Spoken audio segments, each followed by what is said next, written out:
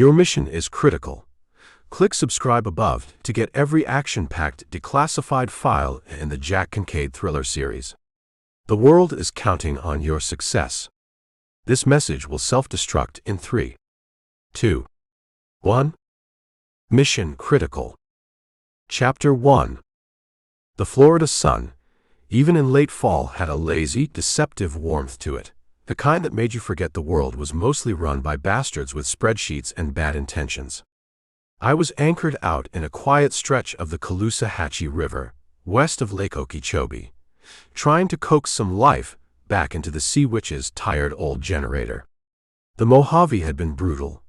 The heat, the betrayals, Sterling's smarmy corporate psychopathy, Lysander's eco-fanatic Ouroboros cell. It left scars, the kind that didn't show but ached with the changing weather. For 6 weeks I'd done nothing but fish, sleep, and try to scrape the desert dust from my soul. Told Sully I was offline, period. No jobs, no whispers, no just one more thing, Jack. Silence was golden. Which is why the discreet, almost apologetic chirp from the deep-cover sat phone I kept stashed for absolute world-ending emergencies nearly made me drop a wrench into the bilge. Only 2 people on the planet had the number for that phone. Sully and one other, a man I hadn't spoken to in months. Not since we parted ways on a dusty Texas highway after burning down an Ouroboros smuggling hub. Ranger Cordell. I let it chirp twice more, a cold knot tightening in my gut. Cordell wasn't the type for social calls. If he was using this channel, it was bad. Very bad. I wiped grease from my hands, pulled the phone from its oilskin pouch. The encryption handshake was already active. Kincaid, I answered, keeping my voice flat. Static, then Cordell's familiar Texas drawl, but strained, thin, almost unrecognizable. Hicks. Damn it, Kincaid, you there? He used the alias I'd worn when we first tangled with Croft's man. Here, Cordell. What's wrong? You sound like you wrestled a bobcat and lost. Might be, closer than you think. His voice was weak, interspersed with harsh, ragged breaths. Sounds of movement in the background, something scraping. Listen, no time. Got onto something bigger than last time. Ouroboros, using a new outfit. Los Jaguares Sagrados. Sacred jaguars, cute, huh? Moving, more than just people, south, deep south, humanitarian aid cover. Humanitarian aid. Ouroboros. The bastards never ran out of cynical new angles. Where are you, Cordell? What kind of trouble? Deep in it, he coughed, a wet racking sound. Following a protected shipment south of Laredo into the Badlands. They knew. Damn it, they knew I was coming. Ambush, professional, military gear under the ponchos. More static, a muffled shout in Spanish in the background, then a sharp crack that sounded chillingly like a rifle butt hitting bone. Cordell grunted in pain. Cordell. Talk to me. What's your location? Lost my transponder, truck's gone. Think, they're taking me further south. Guatemala, maybe Honduras. El Corredor Oscuro. He gasped for breath. Kincaid, these guys, they're not just smugglers, they're Ouroboros elite, disguised as aid workers, moving, weapon, components, advanced, heard them talking. El Jaguar, he's.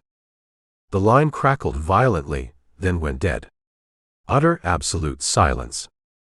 Cordell. I yelled into the phone. Cordell, damn it. Nothing. Just the hiss of an open channel. I tried redialing. No connection. Tried Sully's emergency line. He answered instantly, his voice sharp. Jack. What's up? That Cordell frequency just went dark. Saw your ping trying to reconnect. Cordell's been hit, Sully, I said, my voice grim, already moving, stowing tools, checking the Sea Witch's fuel levels. Ambushed south of Laredo. Ouroboros. New cartel front, Los Jaguares Sagrados. Using humanitarian aid as cover, moving weapon components into Central America. He thinks they're taking him into Honduras or Guatemala. said something about El Jaguar before the line cut. Sully was silent for a moment, processing. Cordell was a good man. Tenacious. If they got him. He's not dead yet, I cut in, though the hope felt thin. But he won't last long if they think he's seen too much. And he definitely saw too much. I thought about the Texas Ranger, his quiet competence, his grudging respect. He'd saved my bacon more than once back at that ranch. I owed him. More than I liked to admit. Ouroboros, moving advanced weapon components through Central America under an NGO cover. Sully mused. That fits their escalating pattern. More sophisticated, more audacious than their usual arms deals. What kind of components, Jack? Did he say? Just advanced. Enough to make him risk calling me on that emergency line. I started pulling charts for the Gulf of Mexico, for the Yucatan Channel, for the Honduran coast. I need a way into that region, Sully. Fast. Quiet. Need intel on Los Jaguares, this El Jaguar character, any known Ouroboros presence or NGO fronts operating Honduras-Guatemala border area. And I need it yesterday. You're going after him? Sully asked, no surprise in his voice. He knew me too well. He walked into hell with me back in Texas, I said flatly. Can't leave him there alone. Besides, Ouroboros moving more high-tech weaponry, using another cynical cover, it had to be stopped. This wasn't just about Cordell anymore. It was about whatever new nightmare the syndicate was cooking up. All right, Jack, Sully said. It'll be thin. Central America's a black hole for reliable human these days, especially in those border zones. But I'll start digging. Los Jaguares. El Jaguar. Ouroboros NGO fronts. I'll see what shakes loose. How are you planning on getting down there? Commercial flight to Tegucigalpa or Guatemala City is risky with your current profile. Thinking more along the lines of a fast boat across the Gulf than a discreet landing on the Honduran coast, I said, already calculating fuel consumption, weather windows. Need a sterile entry point, away from official ports. Can arrange that, Sully said. Got some old contacts in the Mosquito Coast region who owe me favors, specialize in unconventional arrivals. Cost you, though? It always does, I replied, looking out the porthole at the deceptively peaceful Florida River. The quiet was shattered again. The ghosts were back, this time with a Texas drawl and a plea for help I couldn't ignore. My sabbatical was officially over. Time to trade the fishing lines for something a little more lethal. The silent partner needed help. And Ouroboros needed another lesson in why messing with Jack Kincaid's few remaining loyalties was a very, very bad idea. Chapter 2.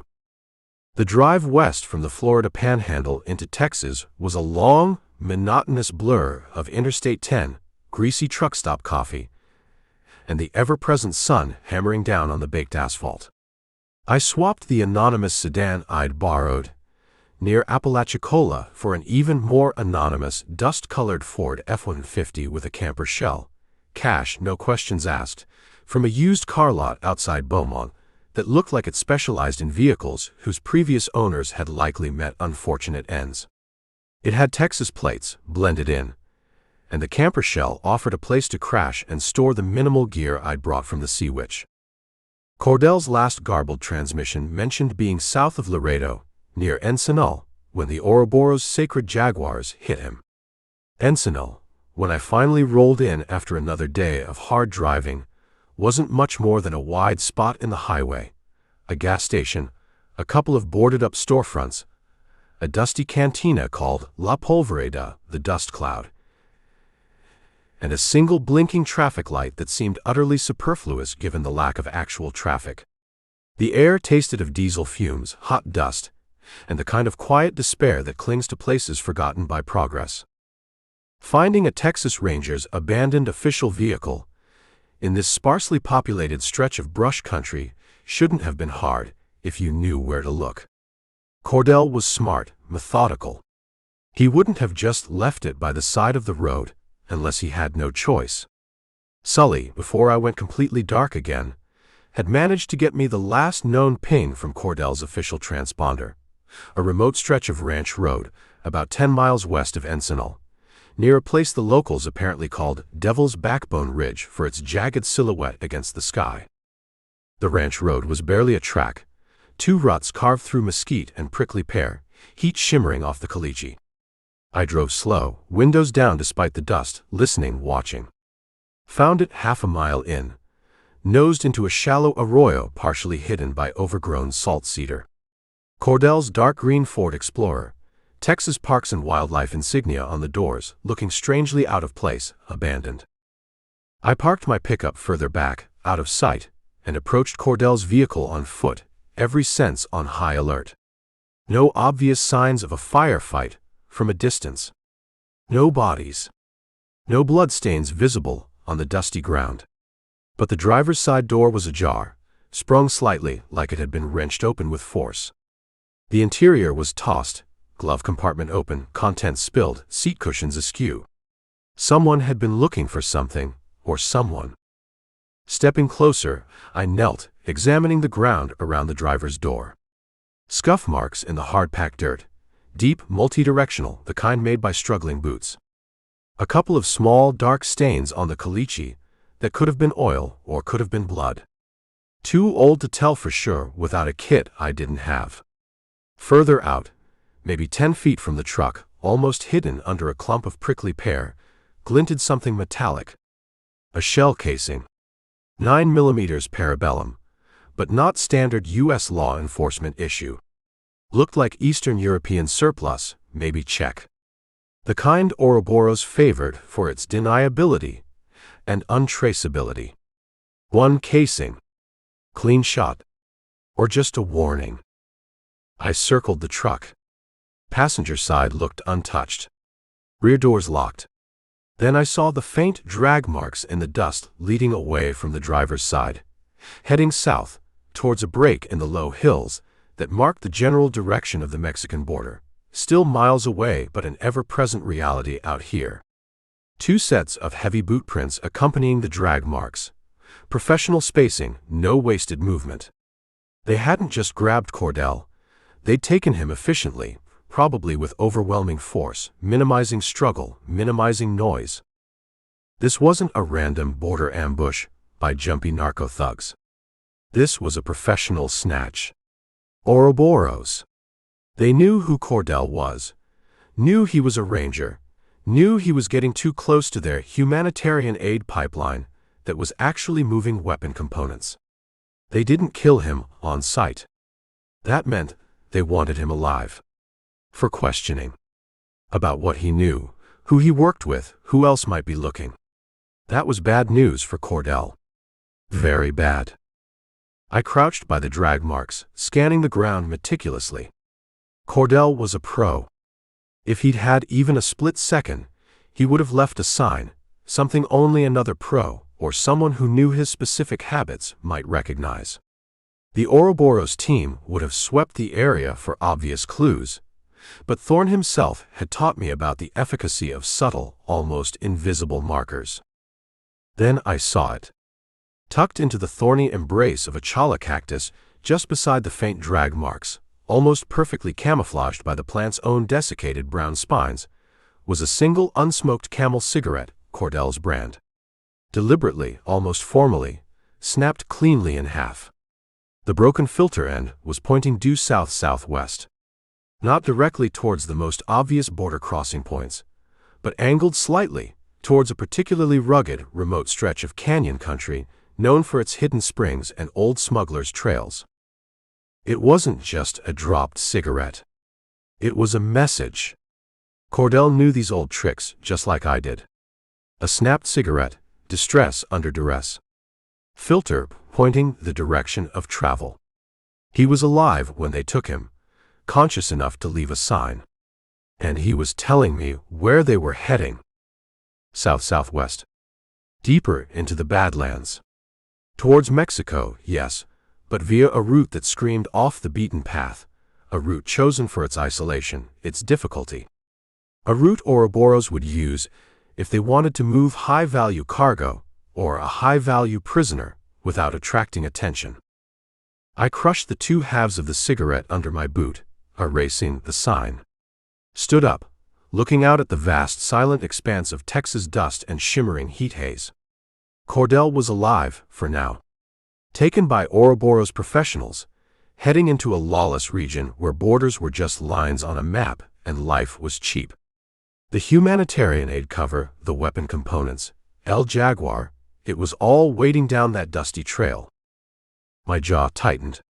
That stubborn old ranger had walked into hell with me once before, back at that Ouroboros ranch shootout. He hadn't flinched. Hadn't backed down. Now he was in their hands because he kept digging where others wouldn't.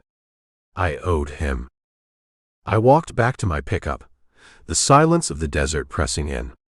The initial investigation was over. The scant clues painted a grim picture.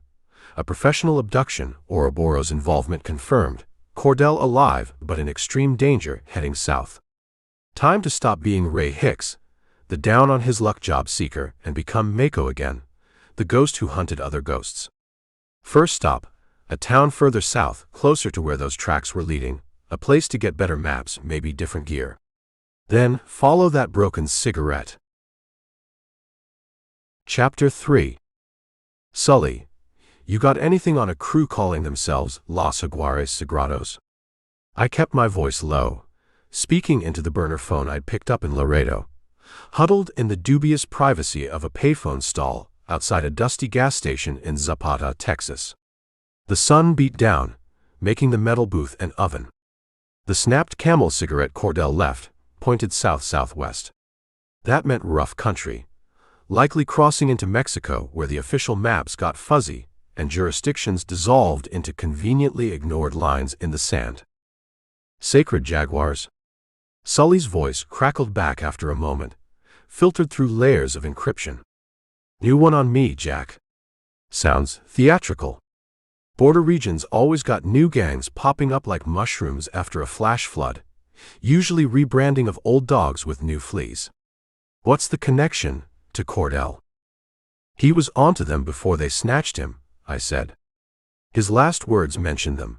Humanitarian aid cover, weapon components, El Jaguar. This wasn't random. They're professional, Ouroboros level, if Cartel's fear was anything to go by. Humanitarian aid cover for weapon components. That's got Ouroboros' cynical fingerprints all over it, Sully mused. Okay, let me run Los Jaguares Sagrados through some databases, see if anything pings on NGO fronts or unusual cargo manifests in that sector. Where are you thinking of looking for local color? Cartel mentioned a cantina in Ensenal in his last coherent message, La Polvereda. Said it was where the local scorpions like to drink. Maybe they heard something.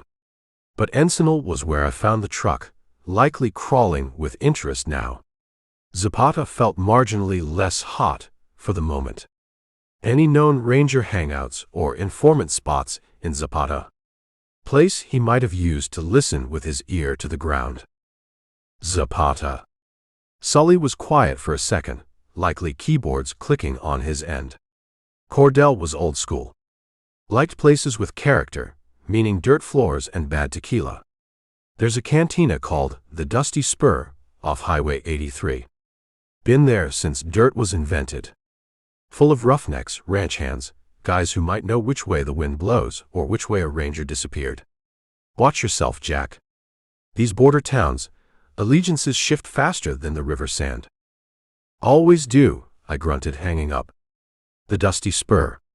Sounded promising. The Dusty Spur lived up to its name.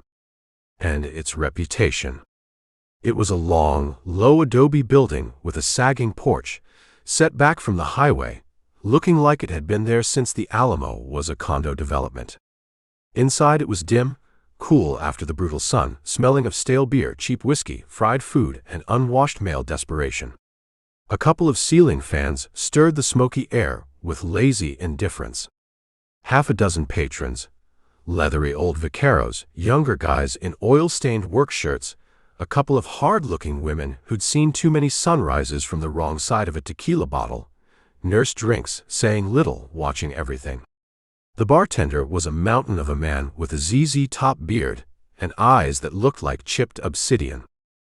I took a stool at the far end of the bar, ordered a carta blanca, and a shot of their cheapest tequila, something to clear the road dust and maybe loosen tongues.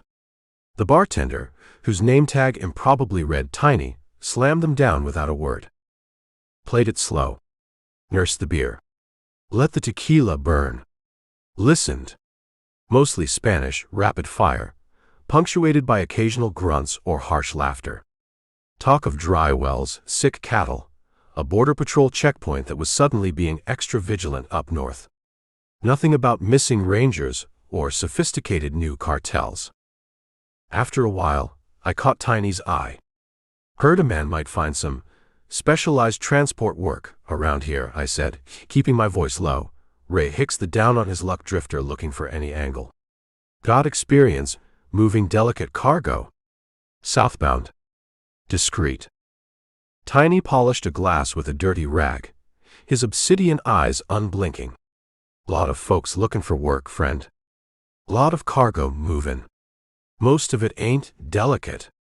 And most of it already got handlers.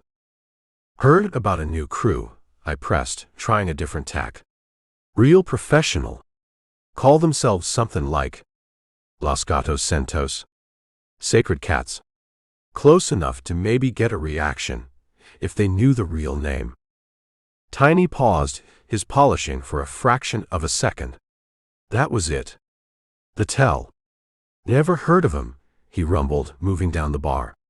But his eyes flickered towards a booth in the back corner where two men sat quietly, drinking bourbon, not beer like the rest. They hadn't said a word since I came in, just watched the room with a kind of flat, professional disinterest that was more menacing than any loudmouth bravado. They didn't look like ranch hands. Okay. Maybe these were my guys. Or maybe they were just waiting for someone stupid enough to ask too many questions about the wrong people. I finished my beer, left a decent tip, and headed for the door. Paused outside on the dusty porch, lit a cigarette, pretending to check the traffic on the highway. Waited. Took about 2 minutes. One of the men from the corner booth stepped out, squinting in the sunlight. Mid-40s, wiry, pockmarked face, eyes like a lizard's. He wore a cheap straw hat and a faded pearl snap shirt, but the way he moved, the way his hand stayed near the bulge under his shirt, he wasn't selling insurance. "You looking for trouble, friend?" he asked, his voice soft, almost gentle, but with an undercurrent of something nasty. His English was good, barely accented. "Just looking for work," I said, keeping my own voice easy. "Heard about a new outfit, Los Jaguares Sagrados. Heard they pay well for reliable drivers. Men who don't ask questions." I used the full name this time, the one Cordell had gasped out. The lizard eyes narrowed. "Who told you that name?" "Whispers," I shrugged. "Wind blows a lot of dust around here. Sometimes it carries names." He was silent for a moment, assessing me. "This outfit you mention, they don't hire strangers off the street. They're particular. Don't like outsiders." He took a step closer. "Especially outsiders asking about a Texas Ranger who went missing couple days back up near Encinal. A ranger who was asking the same damn questions you are." So they knew Cordell was gone. Knew he was asking about them. And now they knew I was asking about them and him. Not good. "Never met the man," I lied smoothly. "Just heard the name. Los Jaguares. Sounded like they might have need for someone with my talents." "Talents like what?" the second man asked, appearing suddenly at the corner of the porch, silent as smoke. Bigger than his partner, face like a clenched fist, a fresh scar running down one cheek. He definitely wasn't local color. Ouroboros muscle, or very well-trained cartel. Talents like getting valuable things from point A to point B without them falling off the truck or into the wrong hands, I said, meeting his gaze, and keeping my mouth shut about it. The first man, Lizard Eyes, chuckled softly. Lot of valuable things moving south these days, friend. More than just people looking for a new start. He paused. These Jaguares, they move, special projects. Protected cargo. Goes way south. Honduras, Guatemala. Beyond. Big money. Big risk. Risk is part of the business, I said. This was it. The confirmation. The fading trail was getting warmer. True enough, Lizard Eyes agreed. Tell you what. You seem resourceful. Maybe we could use a guy like you. Maybe. He looked at his partner, then back at me. There's a truck stop diner, The Last Chance, about 20 miles south of here, just before the county line. Be there, 8 o'clock tonight. Ask for Chucho. If he likes your answers, maybe we talk more about these special projects. It felt like a setup. Like walking into a kill box. But it was also the only lead I had. Chucho. The Last Chance. 8 o'clock, I repeated. I'll be there. Lizard Eyes nodded. Good. Don't be late. Chucho don't like to be kept waitin'. He and his silent partner turned and walked back into the dusty spur, leaving me alone on the porch with the taste of cheap tequila, road dust, and impending trouble. The trail wasn't fading anymore. It was burning bright, leading straight towards whatever hell Los Jaguares Sagrados and their Ouroboros masters were cooking up in the jungles of Central America. And Cartel was somewhere in the middle of it. I crushed out my cigarette, got back in the pickup, and pointed it south towards The Last Chance. Chapter 4. Chucho in? I asked the waitress at the Last Chance truck stop diner. She looked like she'd been poured into her too-tight uniform 20 years ago and left to sour, her face a roadmap of bad decisions and worse coffee. She just jerked her chin towards a booth in the back, already turning away with a sigh that could curdle milk. Some places, hospitality was an alien concept. This was one of them. The Last Chance was buzzing, even at 8 on a Tuesday night. Noise from the rattling air conditioner, the clatter of plates, the low growl of idling diesel engines from the parking lot, a jukebox murdering a classic country song. Smelled of stale grease, burnt coffee, and desperation. My kind of place when I was trying to blend. Lizard Eyes, the wiry operative from the dusty spur, sat at the counter nursing a beer, watching the entrance. He gave me a curt nod as I passed, then went back to studying his reflection in the chrome napkin dispenser. His silent, scarred partner was nowhere in sight. Maybe he was Chucho's shadow. Chucho wasn't what I expected. The man in the back booth didn't look like a cartel lieutenant, not the flashy gold chain and pointy boots variety anyway. He was older, maybe 50s, stout, with a neatly trimmed gray mustache and surprisingly gentle eyes behind wire-rimmed glasses. Dressed in a clean pressed work shirt and jeans. Looked more like a small-town accountant than a key player in an Ouroboros-backed smuggling ring. Except for the way he sat, back to the wall, eyes constantly scanning the room, a certain stillness about him that a real accountant never possessed. And the two quiet, hard-looking younger men nursing cokes in the booth opposite his, watching everyone who came near. They didn't look like accountants. You Chucho? I asked, stopping by his booth. He looked me up and down slowly, deliberately, those gentle eyes missing nothing. Depends who's asking for him, friend. His voice was soft, almost a murmur, but it carried. Name's Ray Hicks, I said. Fellas over at the Dusty Spur said you might have some long-haul work. Southbound. For a man who knows how to handle himself and keep his mouth shut. Chucho gestured with a slight nod towards the empty seat opposite him, beside his two silent bookends. I slid in. The booth smelled faintly of chili and stale cigarettes. Lizard Eyes and Scarface talk too much, Chucho said mildly, picking at a bowl of what looked like menudo. But sometimes they stumble onto something useful. You look capable, Hicks. But a lot of capable men end up dead in ditches down here, because they're also stupid. You stupid? Try not to be, I said. Stupidity's expensive. That it is, Chucho agreed. He took a slow spoonful of menudo. So, Ray Hicks, you runnin' from something? Or runnin' to something? Just looking for a payday, I shrugged. Work dried up back east.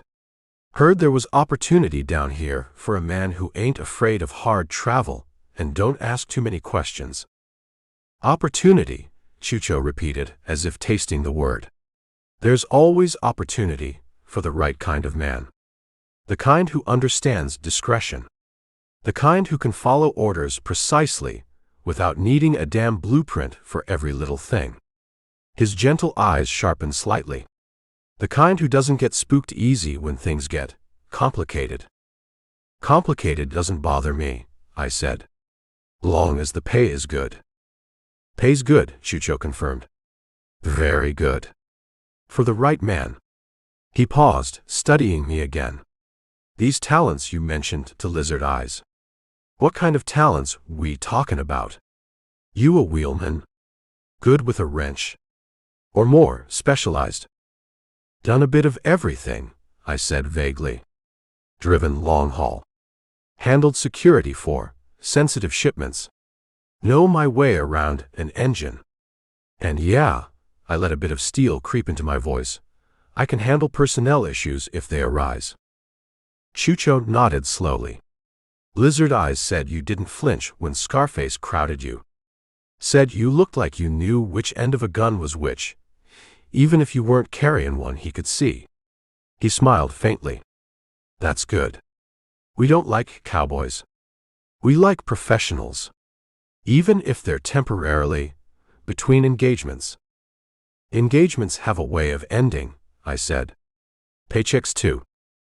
True enough. Chucho pushed his bowl of menudo aside. All right, Hicks. Here's the situation. We got a convoy heading south. Tomorrow morning, pre-dawn. Special delivery. Call it humanitarian aid. For our less fortunate amigos down in Honduras, Guatemala. Requires careful handling. Good drivers. Good shotgun riders who can stay awake, stay alert, and make sure the cargo arrives intact. And on time. Humanitarian aid. Right. The same bullshit Cordell mentioned. And the destination, Honduras, Guatemala, confirmed Cordell was likely being taken deep into Central America, used as a pawn or hostage in whatever Ouroboros was moving. Sounds straightforward enough, I said, keeping my expression neutral. It is, Chucho agreed. For men who follow instructions. The route is challenging. Through territory where other, less organized groups sometimes cause problems.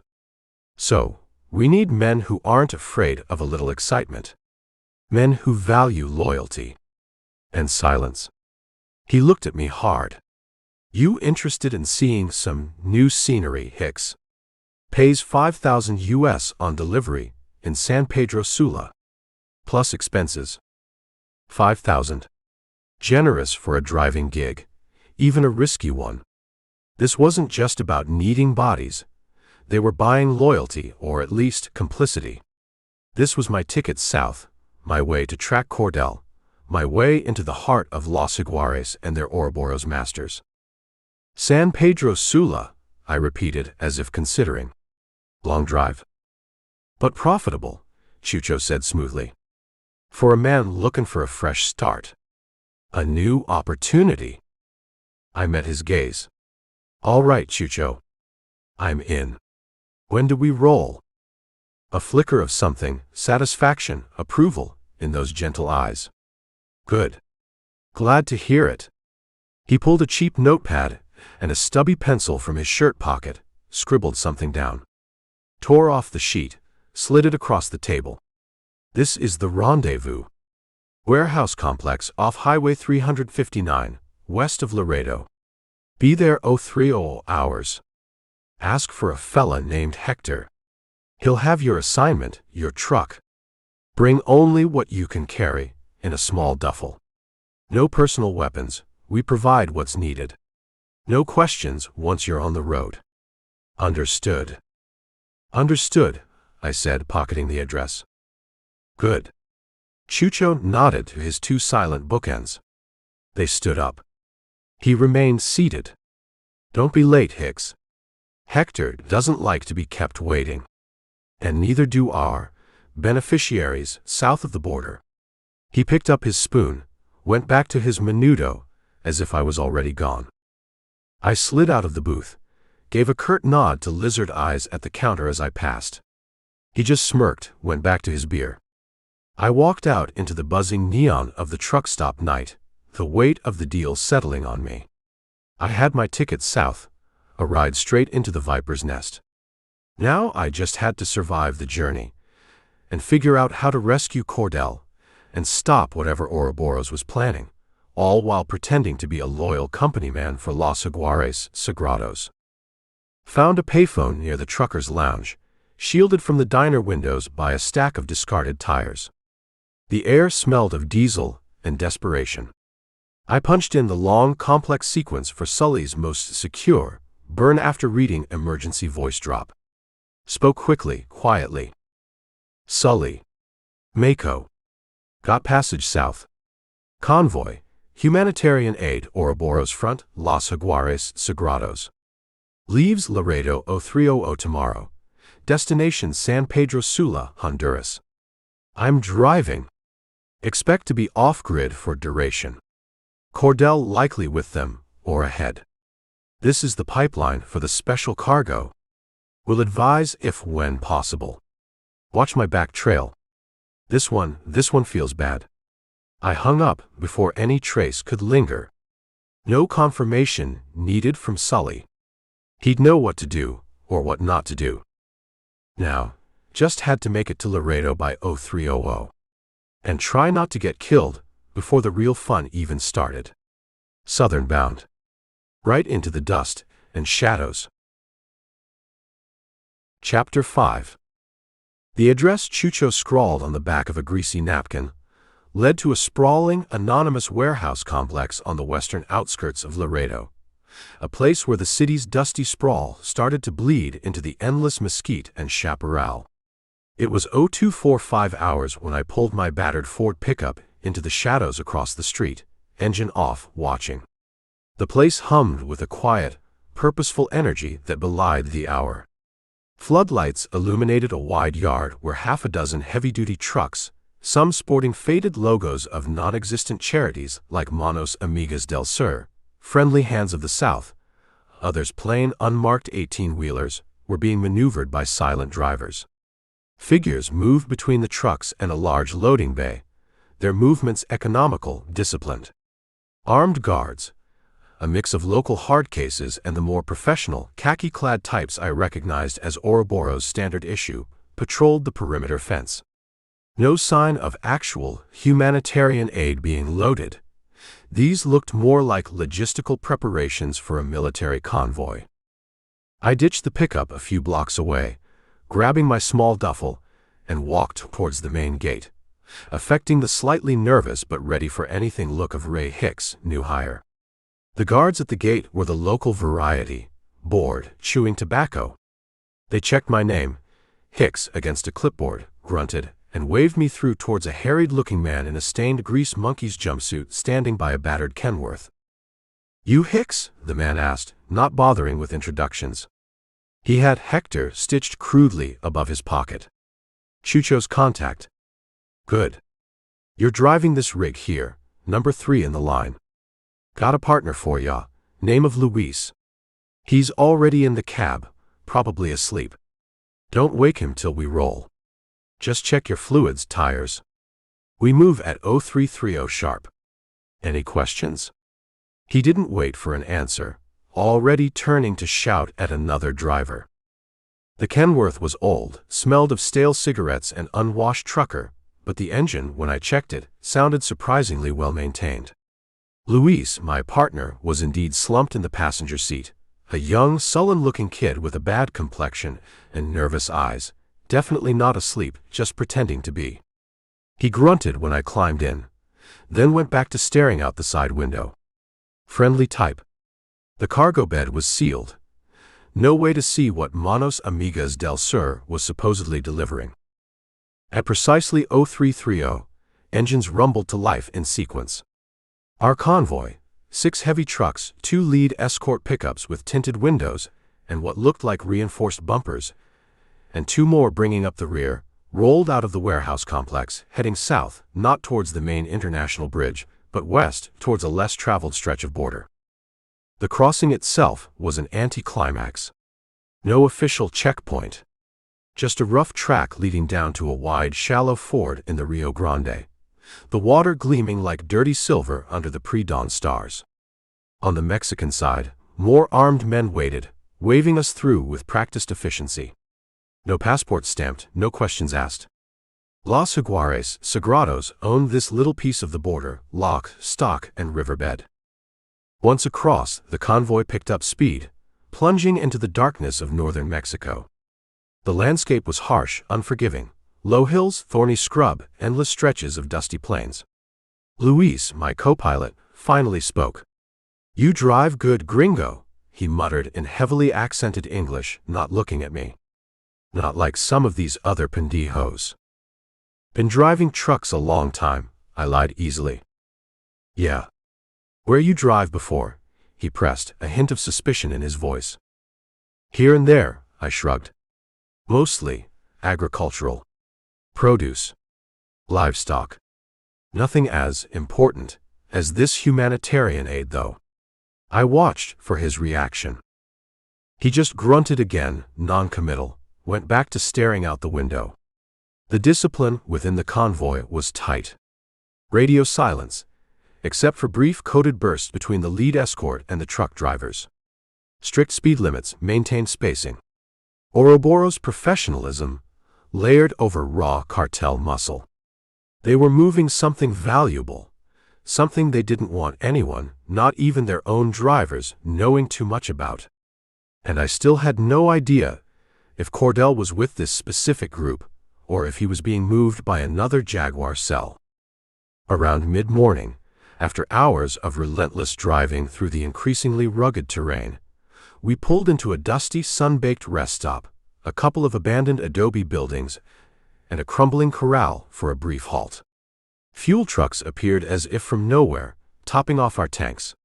Grim-faced guards distributed water bottles and dry tortillas. No friendly chatter. Just cold efficiency. One of the drivers, a young kid who looked barely old enough to shave, let alone handle an 18-wheeler, fumbled a gear change as we prepared to pull out, stalling his truck and momentarily blocking the convoy. Hector, Chucho's man from the Laredo warehouse, was on him in an instant, dragging him from the cab. No shouting, just a few quiet, brutal words, then a single vicious blow with a tire iron to the kid's knee. The kid screamed, collapsing in the dust. Hector gestured to 2 other guards, who wordlessly hauled the injured driver into the back of one of the escort vehicles. Another driver, one of the silent professionals, took over the stalled truck. The convoy rolled out 10 minutes later, leaving the kid behind, his fate uncertain but likely unpleasant. Message delivered. Los Jaguares didn't tolerate mistakes or weakness. Luis, beside me, watched the whole thing with wide, terrified eyes, then pointedly avoided looking at me for the next 100 miles. The humanitarian aid trucks, the ones with the NGO logos, seemed to carry the heaviest loads, their suspensions groaning, their progress slower on the rough tracks. Some were even refrigerated units, their cooling systems humming steadily despite the desert heat. Definitely not hauling sacks of rice or used clothing. This had to be the special cargo Cordell and Elena Ramirez's brother mentioned. Weapon components, advanced tech, maybe even the biomaterials Ouroboros had been cooking up in the Everglades. The possibilities were chilling.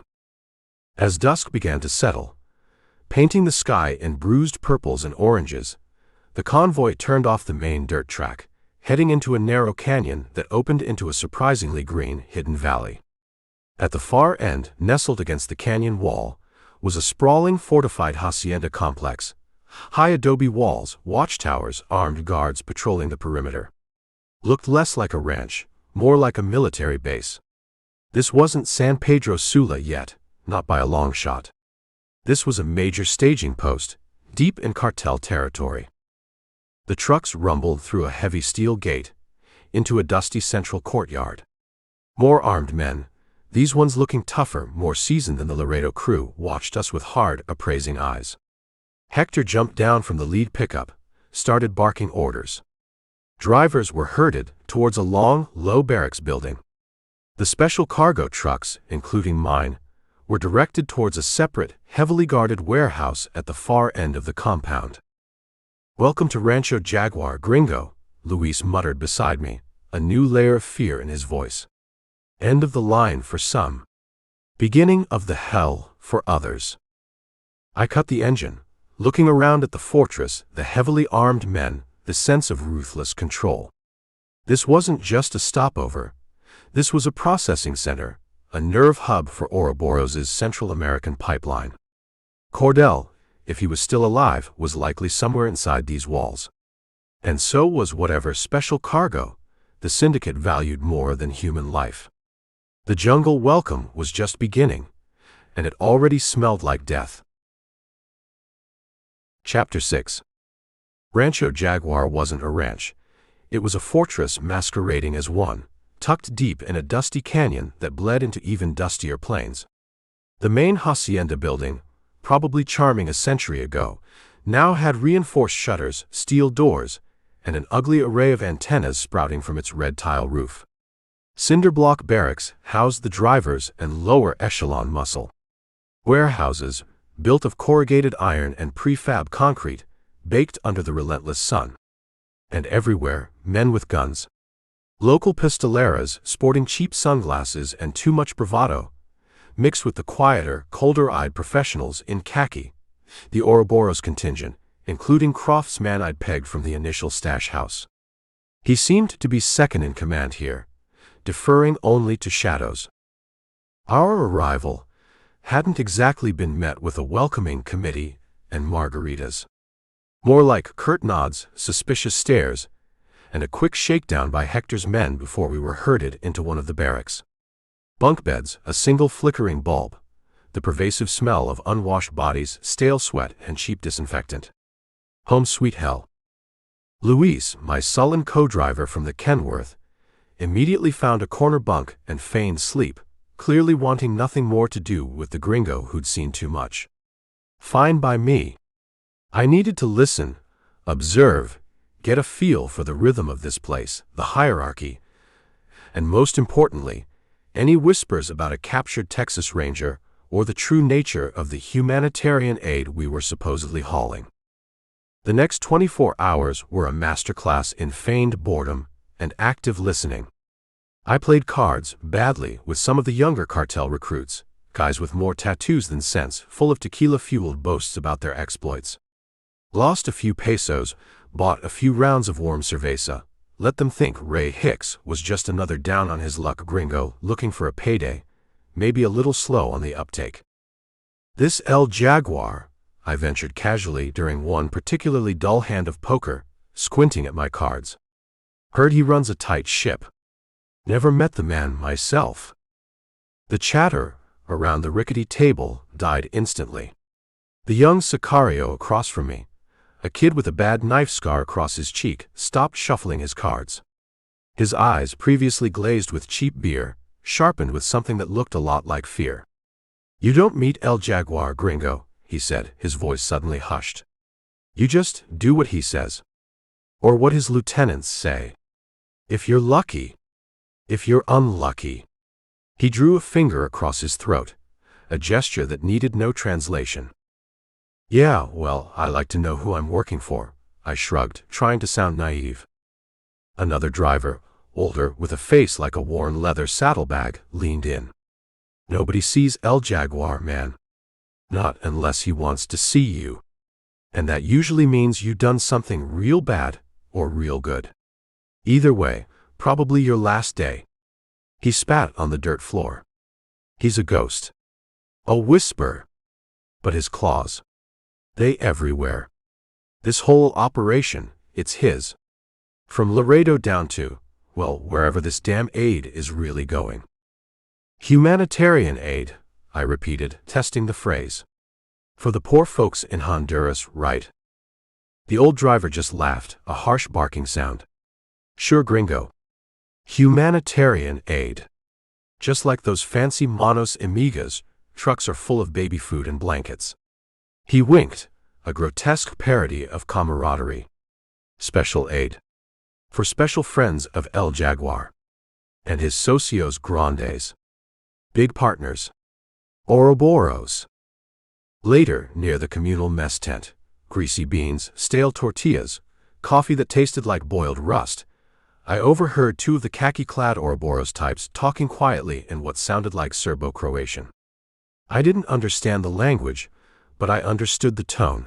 Professional, precise, discussing logistics. And I saw one of them tap the side of a sealed metal crate, being carefully fork-lifted from one of the Manos Amigas trucks into the heavily guarded warehouse C.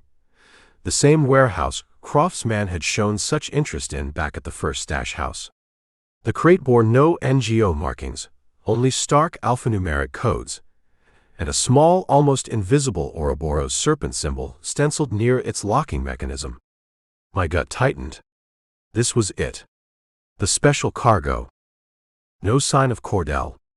No whispers about a captured ranger. But the fears surrounding El Jaguar, the intense secrecy around Warehouse C and its contents, the clear Ouroboros oversight, it all painted a picture of an operation far more critical, far more dangerous than simple smuggling. They were moving something Ouroboros valued highly, something that required this level of fortification and ruthless discipline. My chance to get closer came unexpectedly on the second night.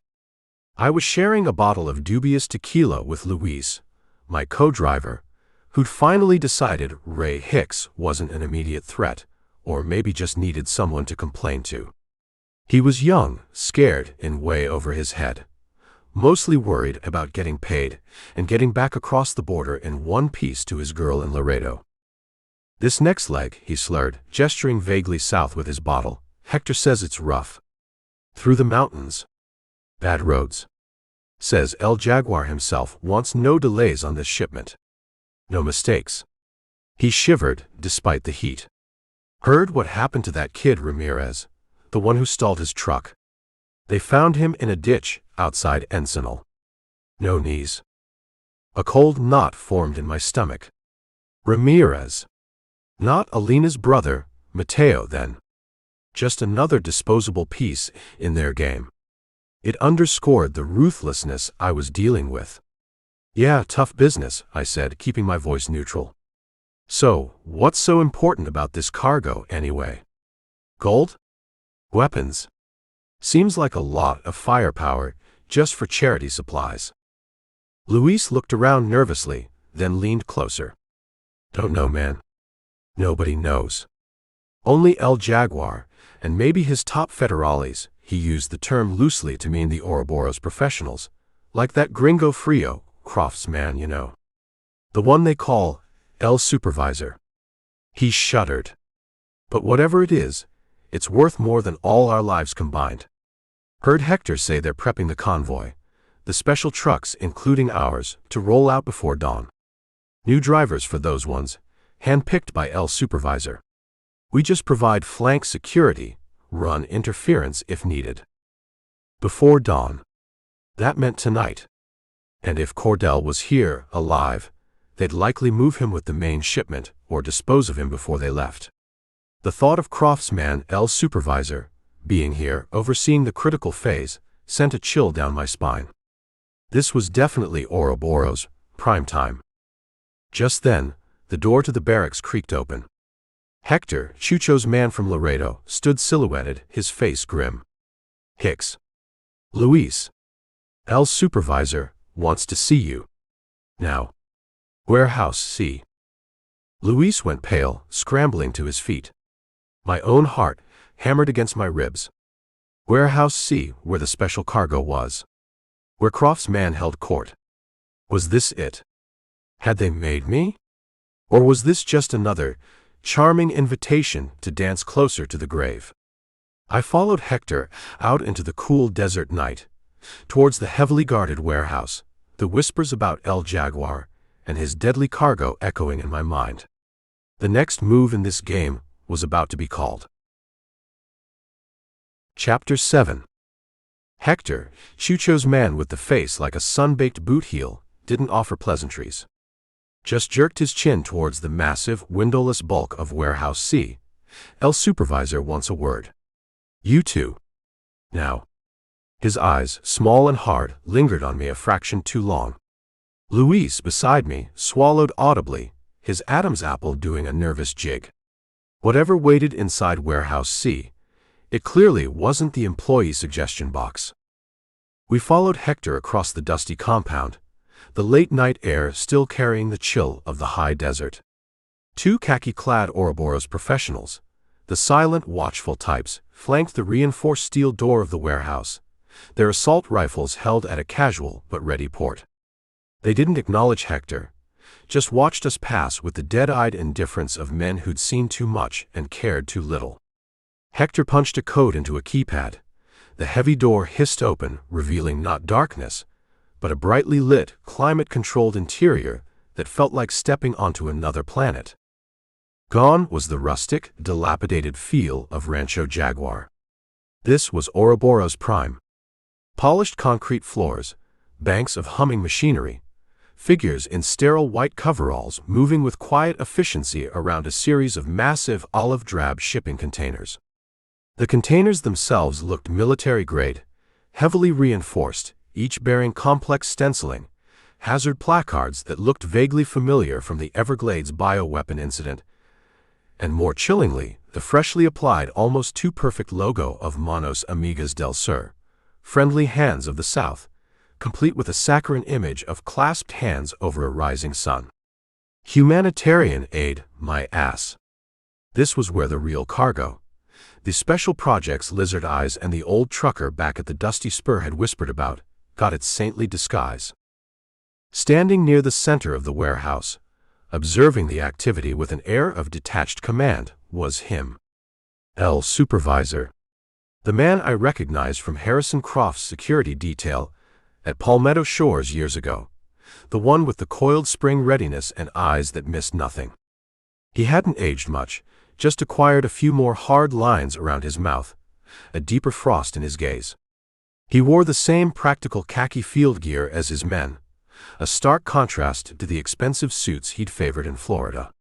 He turned as we approached, his eyes locking onto mine, cold, appraising, holding no flicker of recognition, or perhaps choosing not to show any. Hicks. Luis? He said, his voice flat, accent still that unplaceable Eastern European Kincaid recalled from the previous stash house. He didn't offer a name, didn't need to. His authority was absolute here. Hector informs me you are competent drivers, capable of handling unscheduled diversions. We get the job done, boss, Hector chimed in, trying too hard. El Supervisor ignored him. The cargo in these containers, he gestured vaguely towards the olive-drab behemoths being prepped by the technicians, is of considerable importance to our partners in Central America. Vital relief supplies for communities in need. He said it without a trace of irony, his gaze never leaving mine. As such, its timely and secure delivery is paramount. I kept my face neutral, playing Ray Hicks, the slightly slow but reliable muscle. Understood, sir. Luis just nodded dumbly beside me, looking like he was about to wet his pants. Truck 3, your previous assignment, will carry standard relief supplies, food, medical basics, El Supervisor continued. It will run point, draw initial attention at any informal checkpoints we might encounter. Your new assignment, he paused, letting his gaze sweep over me again, is Alpha 1. He nodded towards one of the 18-wheelers parked nearby, A newer model, its trailer already hitched to one of the heavily reinforced NGO-logoed containers. This one hummed with a faint internal vibration, likely from a specialized climate control or power unit. Alpha 1 carries particularly sensitive diagnostic equipment for rural clinics. Requires a steady hand, experienced driver. No sudden stops. No deviations from the designated route, unless explicitly ordered by me or my second. The contents are delicate and irreplaceable. Delicate, irreplaceable, like advanced weapon components or Ouroboros tech. He was putting me, the unknown gringo, directly in charge of one of his most valuable assets. A test. Or did he, like Chucho, genuinely see Ray Hicks as a capable, controllable grunt? Maybe he figured a new face, an outsider, was less likely to be compromised by local cartel rivalries or have pre-existing loyalties that might interfere. Or maybe he just enjoyed playing Russian roulette with his personnel. The risk factor for Alpha 1 is marginally higher, El Supervisor added, a faint, almost imperceptible smile touching his lips. Therefore, the compensation will be adjusted accordingly. Assuming successful delivery. The unspoken threat hung heavy in the cool, sterile air. Sounds good to me, I said, trying for a tone of greedy but not overly bright enthusiasm. More risk, more pay. That's the way it works, right? Precisely, Hicks. He turned to Hector. Get them their route manifest for Alpha 1. Ensure they understand the communications protocols and emergency procedures. Departure is 0400. No delays. He gave me one last, lingering look. I expect flawless execution. From both of you.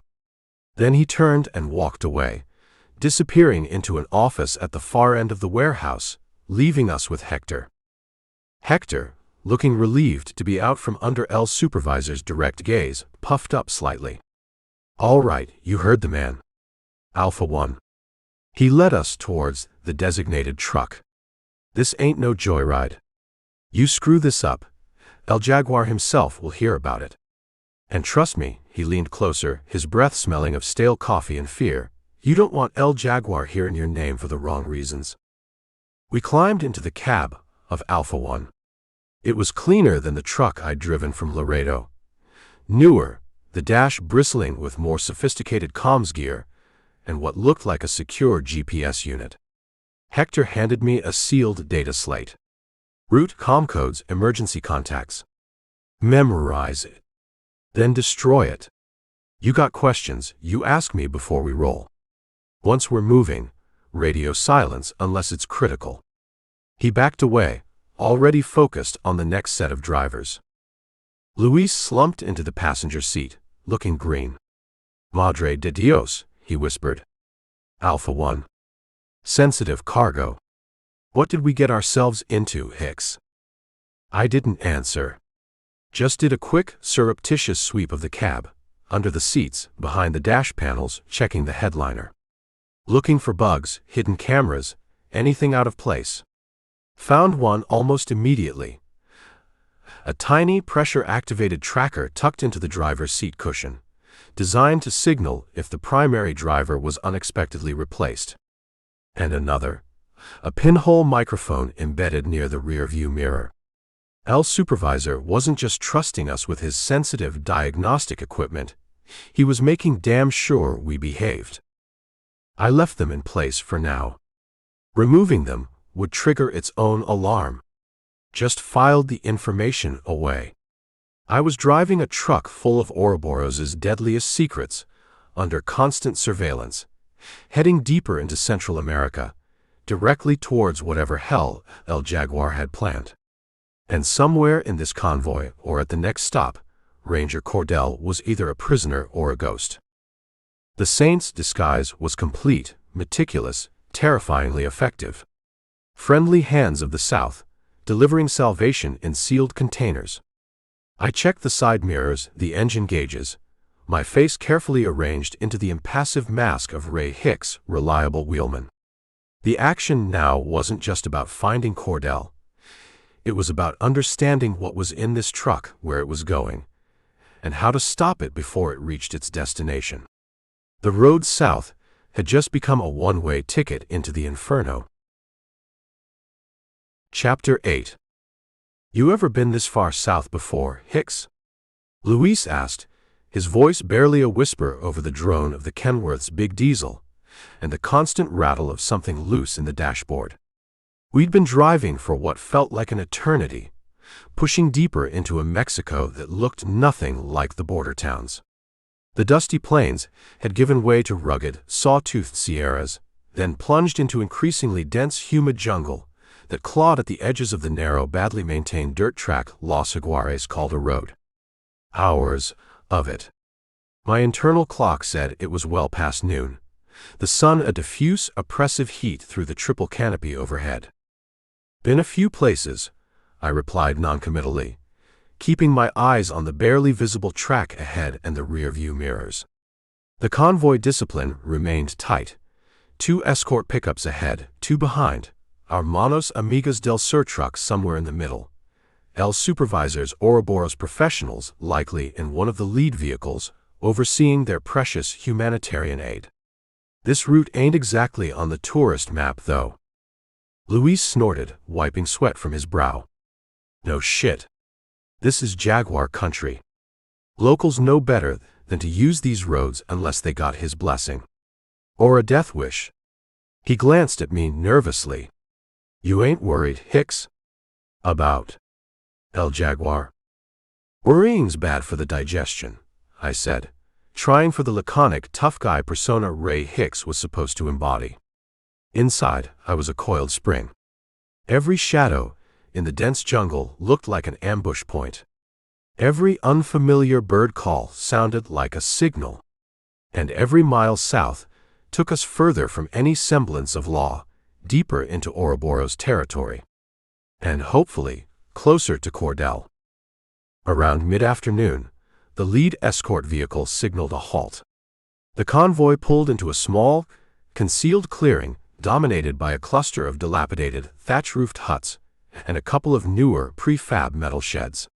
Looked like an old logging camp, or maybe a forgotten chicle harvesting outpost, now repurposed. Armed men, local types in mismatched camo, materialized from the jungle edge, watching us with wary, unwelcoming eyes. Another staging post.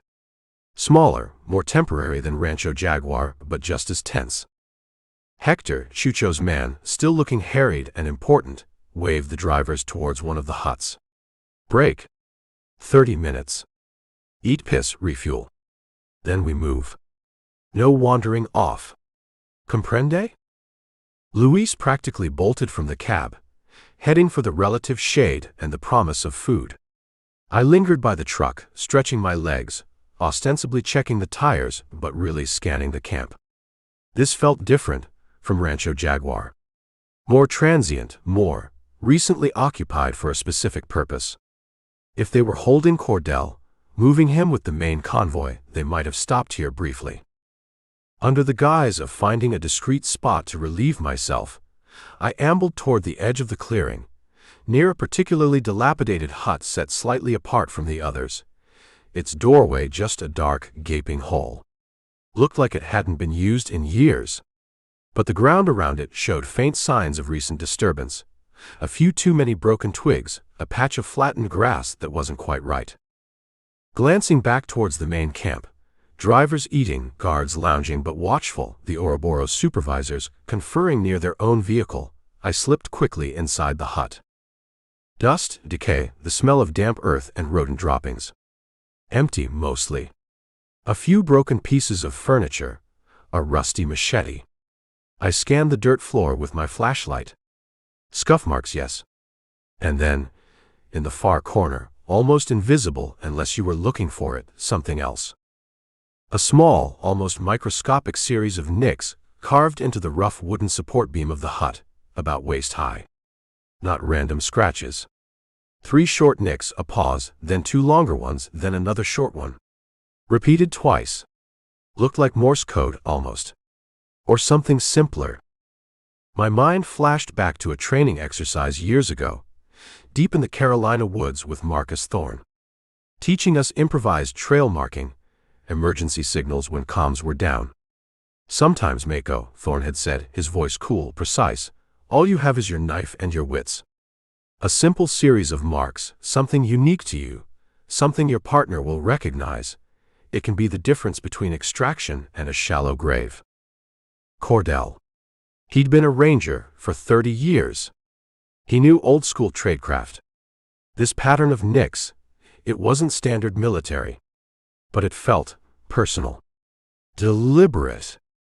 I pulled out the small, powerful magnet I always carried, ran it lightly over the area around the nicks. Nothing. No metallic dust from a knife blade. He hadn't carved it recently. Then what? Looked closer. The nicks weren't fresh. They were old, weathered. But something was fresh. Tucked into the deepest part of the third nick in the first sequence, almost invisible, was a tiny, tightly folded square of what looked like cigarette paper. From a hand-rolled cigarette. Cordell didn't smoke roll-ups. He was a camel man. Carefully, using the tip of my knife, I eased the tiny paper square out. Unfolded it. Inside, almost too small to see, drawn with what looked like a fleck of charcoal or burnt wood, was a crude symbol, a circle with a dot in the center.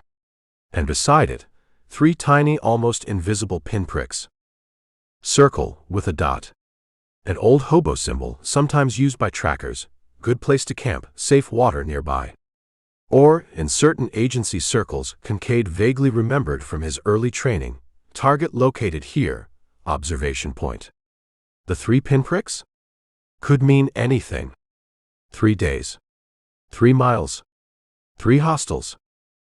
Then I remembered something else Cordell had said back at the Bravo Ranch, when we were looking at the smuggler's map.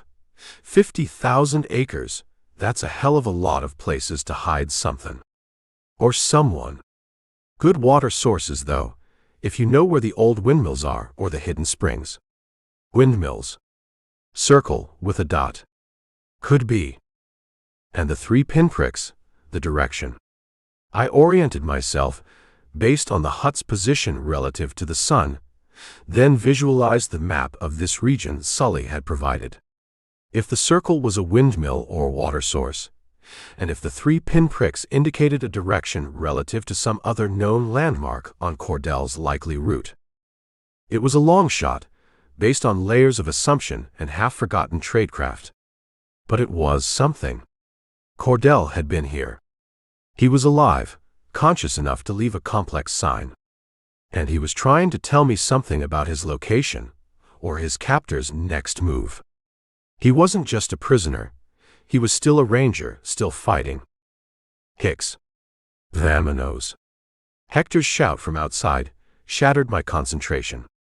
Trucks rolling in 5. Get your ass back to Alpha 1. I carefully refolded the tiny piece of paper, tucked it securely away. Slipped out of the hut, back into the main clearing, affecting the same bored, slightly sullen look as the other drivers. Luis was already in the cab of Alpha 1, looking nervous. "Where you been, man?" he asked as I climbed in. "Hector was looking for you." "Nature calls," I grunted, starting the engine. The Ouroboros supervisors were already in their lead vehicle, Croft's man scanning the departing trucks with his usual cold precision. The convoy rumbled back onto the narrow track, heading deeper south, deeper into the jungle. The humanitarian aid, in my sealed container, felt heavier than ever.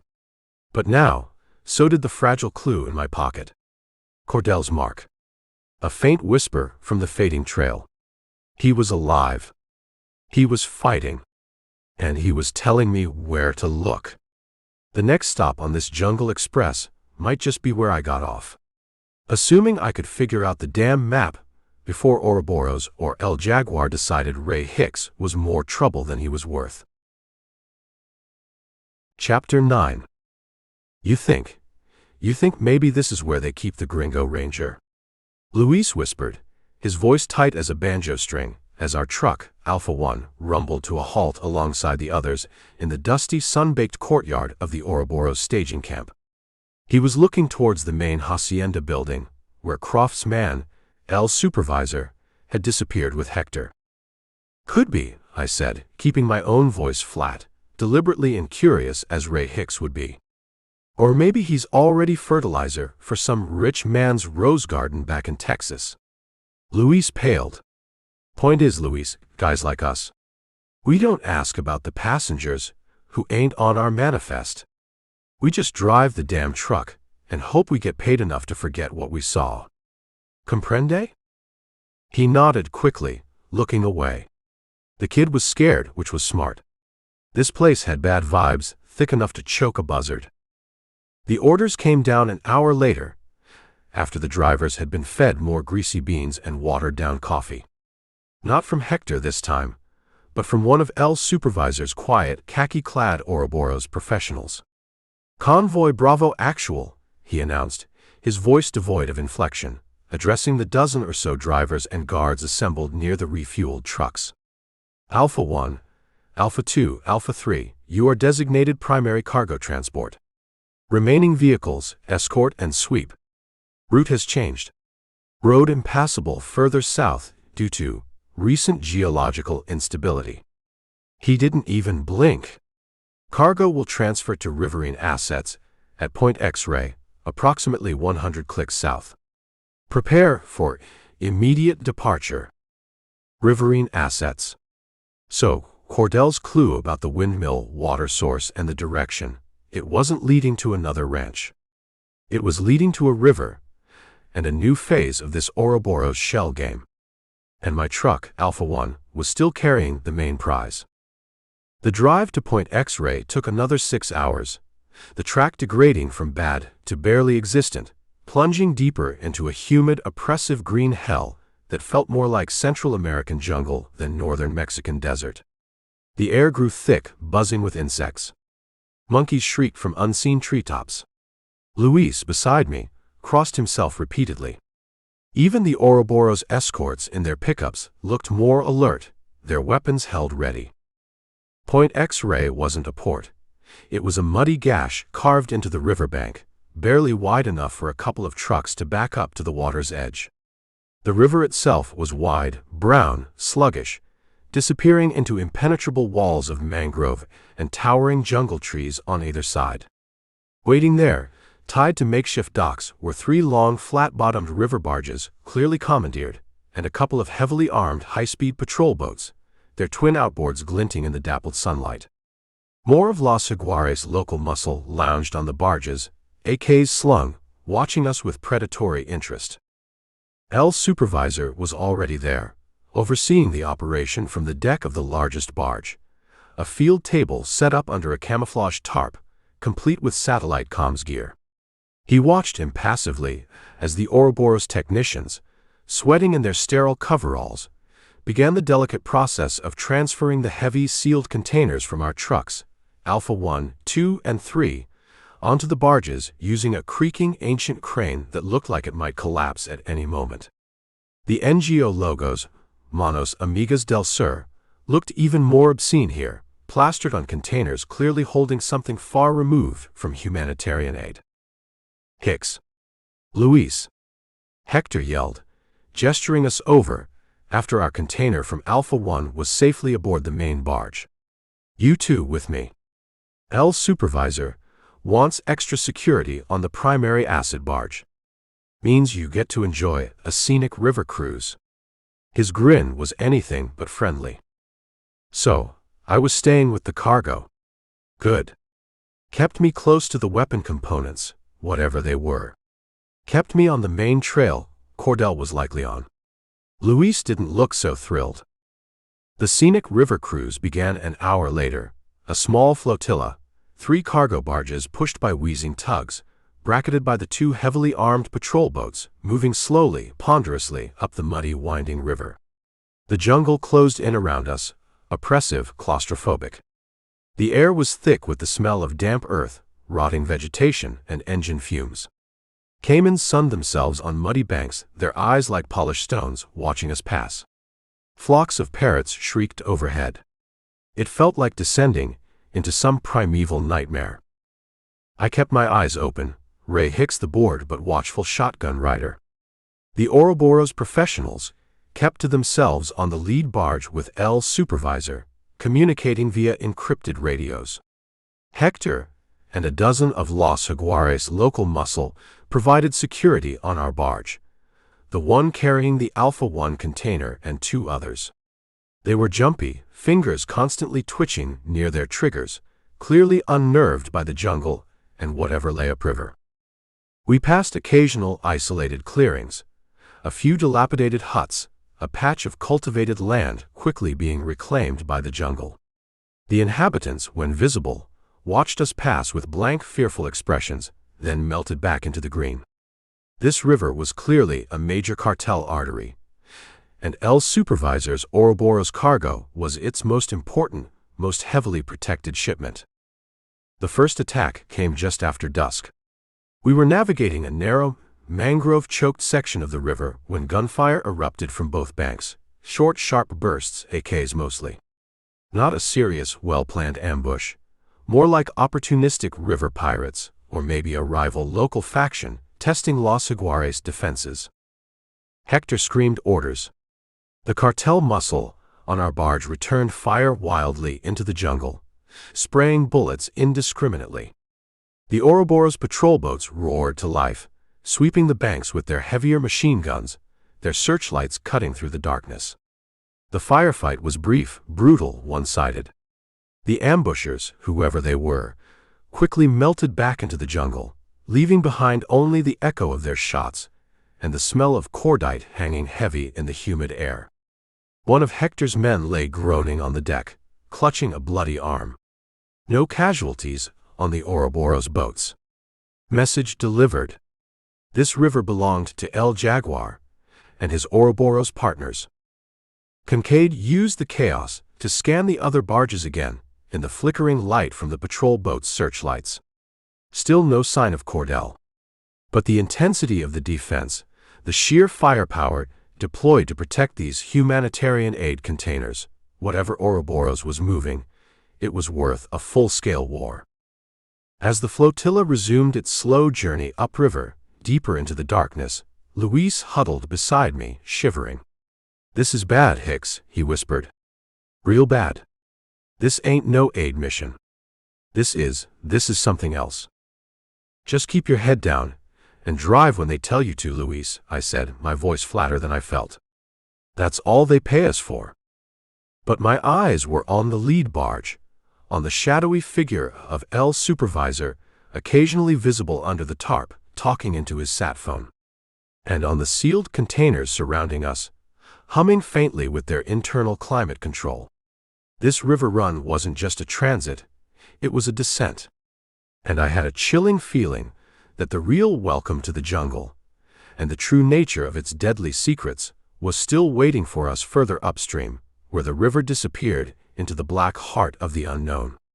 The action now was to survive the journey, watch for Cartel, and figure out what exactly was in those damn containers before Ouroboros delivered their aid to Client Zulu. Chapter 10. "This river," Luis muttered beside me, swatting at a cloud of black flies, his voice barely audible over the chug of the tugboat pushing our barge. "It feels like it goes on forever, Hicks. Straight to hell, maybe." He crossed himself again, for about the 10th time that hour. The kid was unraveling. The brief firefight with the river pirates days ago had scraped his nerves raw, and the oppressive, unending green hell of the jungle pressing in on either side of the muddy river wasn't helping. "Just a little further, Luis," I said, trying to sound more confident than I felt. We'd been on this river for what felt like weeks, though it was probably only 3 days. 3 days of stifling humidity, buzzing insects, the constant threat of cartel patrols appearing around the next bend, and the heavy and spoken menace emanating from the sealed Ouroboros containers stacked around us, their innocent Manos Amigas del Sur logos a sick joke. Hector said we're almost at the next staging point. Fresh water, maybe even real food, he ate. Luis just grunted, unconvinced. My own gut was churning. Cordel's clue back at the abandoned camp felt like a lifetime ago. Was he even still alive? Was he on one of these barges, hidden away? Or was he already a ghost, swallowed by this jungle, his sacrifice meaningless? El's supervisor, Croft's man, remained on the lead barge, a distant, watchful figure, his Ouroboros professionals ensuring this precious cargo reached its destination. That destination, I was beginning to suspect, was getting damn close.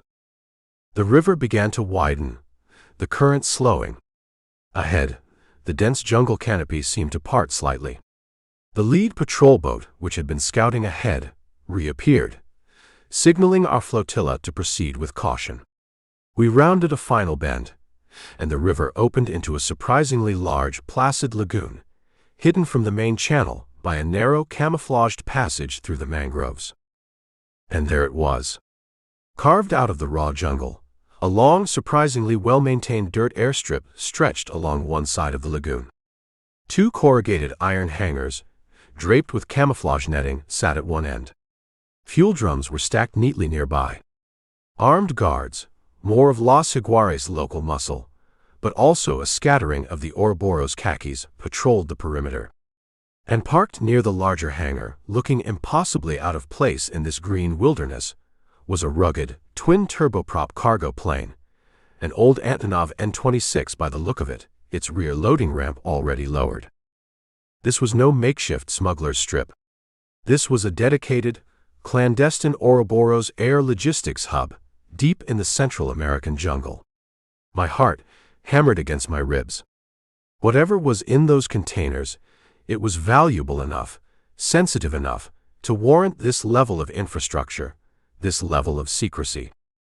The barges were maneuvered expertly, alongside a rickety wooden dock reinforced with steel pilings. El's supervisor was already on the dock, conferring quietly with a lean, hard-faced man in pilot's fatigues who had emerged from the Antonov. The Ouroboros professionals, moving with their usual chilling efficiency, began directing the local cartel muscle and a crew of terrified-looking local laborers to unload the containers from the barges using a heavy-duty forklift that appeared from one of the hangars. "All right, Hicks. Luis. Look alive," Hector bellowed, striding onto our barge.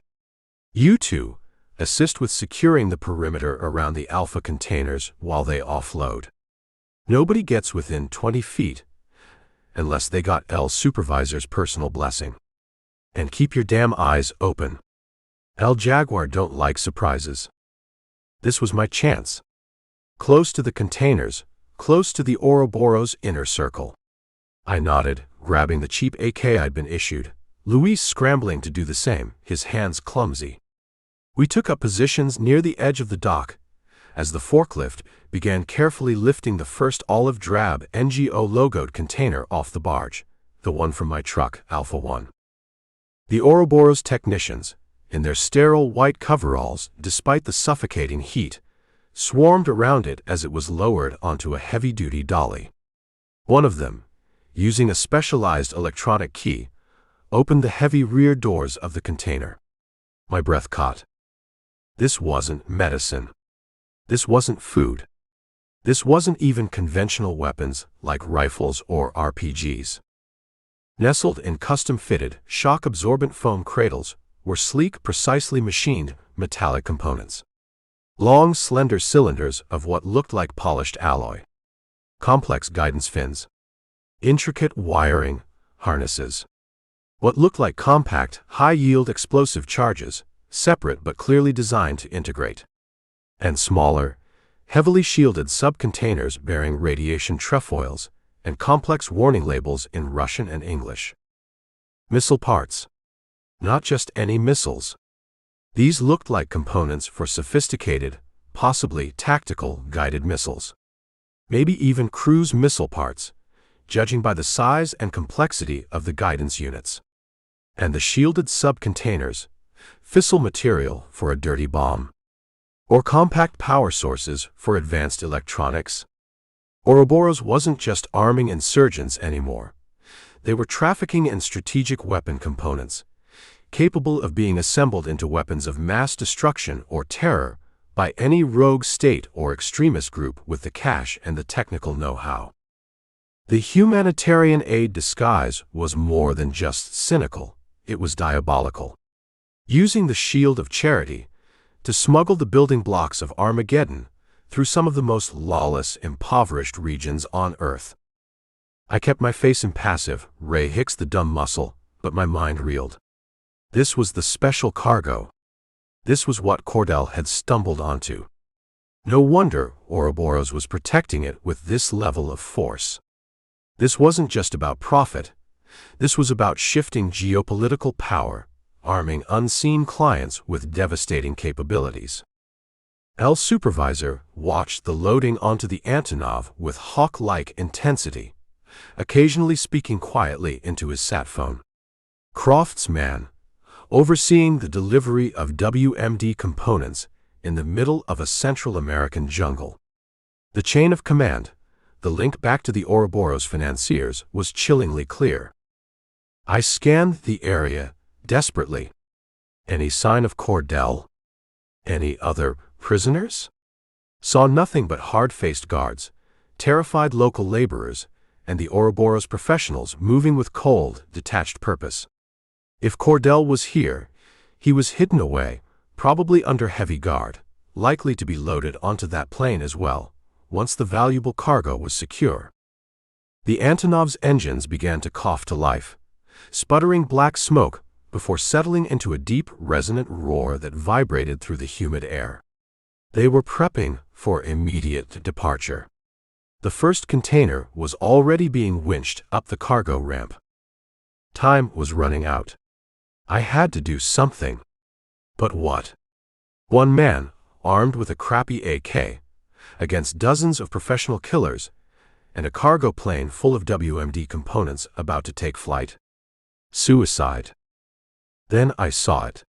El Supervisor, momentarily distracted by a technical issue with the loading winch, had placed his locked, military-grade aluminum briefcase on a stack of empty fuel drums near the edge of the tarmac, just yards from where a heavy fuel truck was parked, its hoses still connected to the Antonov's wing tanks. That briefcase, it likely contained flight plans, final delivery coordinates, manifests, encryption keys, maybe even payment confirmations. Critical intel. And a hell of a potential distraction if things went loud. The plane's propellers were a blur now, the roar deafening. The last container was moving up the ramp. It was now or never. I tensed, gripping the AK, calculating the distance, the angles, the odds. The odds were shit. Always were. But sometimes, a man just had to kick the table over and see who got hit by the flying pieces. Chapter 11.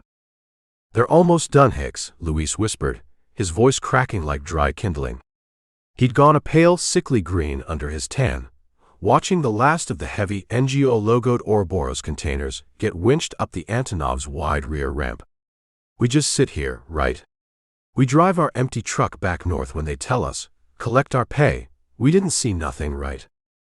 I didn't answer him, my gaze fixed on the activity around the plane. El Supervisor, Croft's man with the ice chip eyes, stood near the ramp, conferring quietly with the lean, hard-faced pilot in olive drab fatigues. The Antonov's twin turboprops were already spinning slowly, coughing out puffs of black smoke into the humid jungle air, the whining thrum building towards a roar. They weren't wasting any time.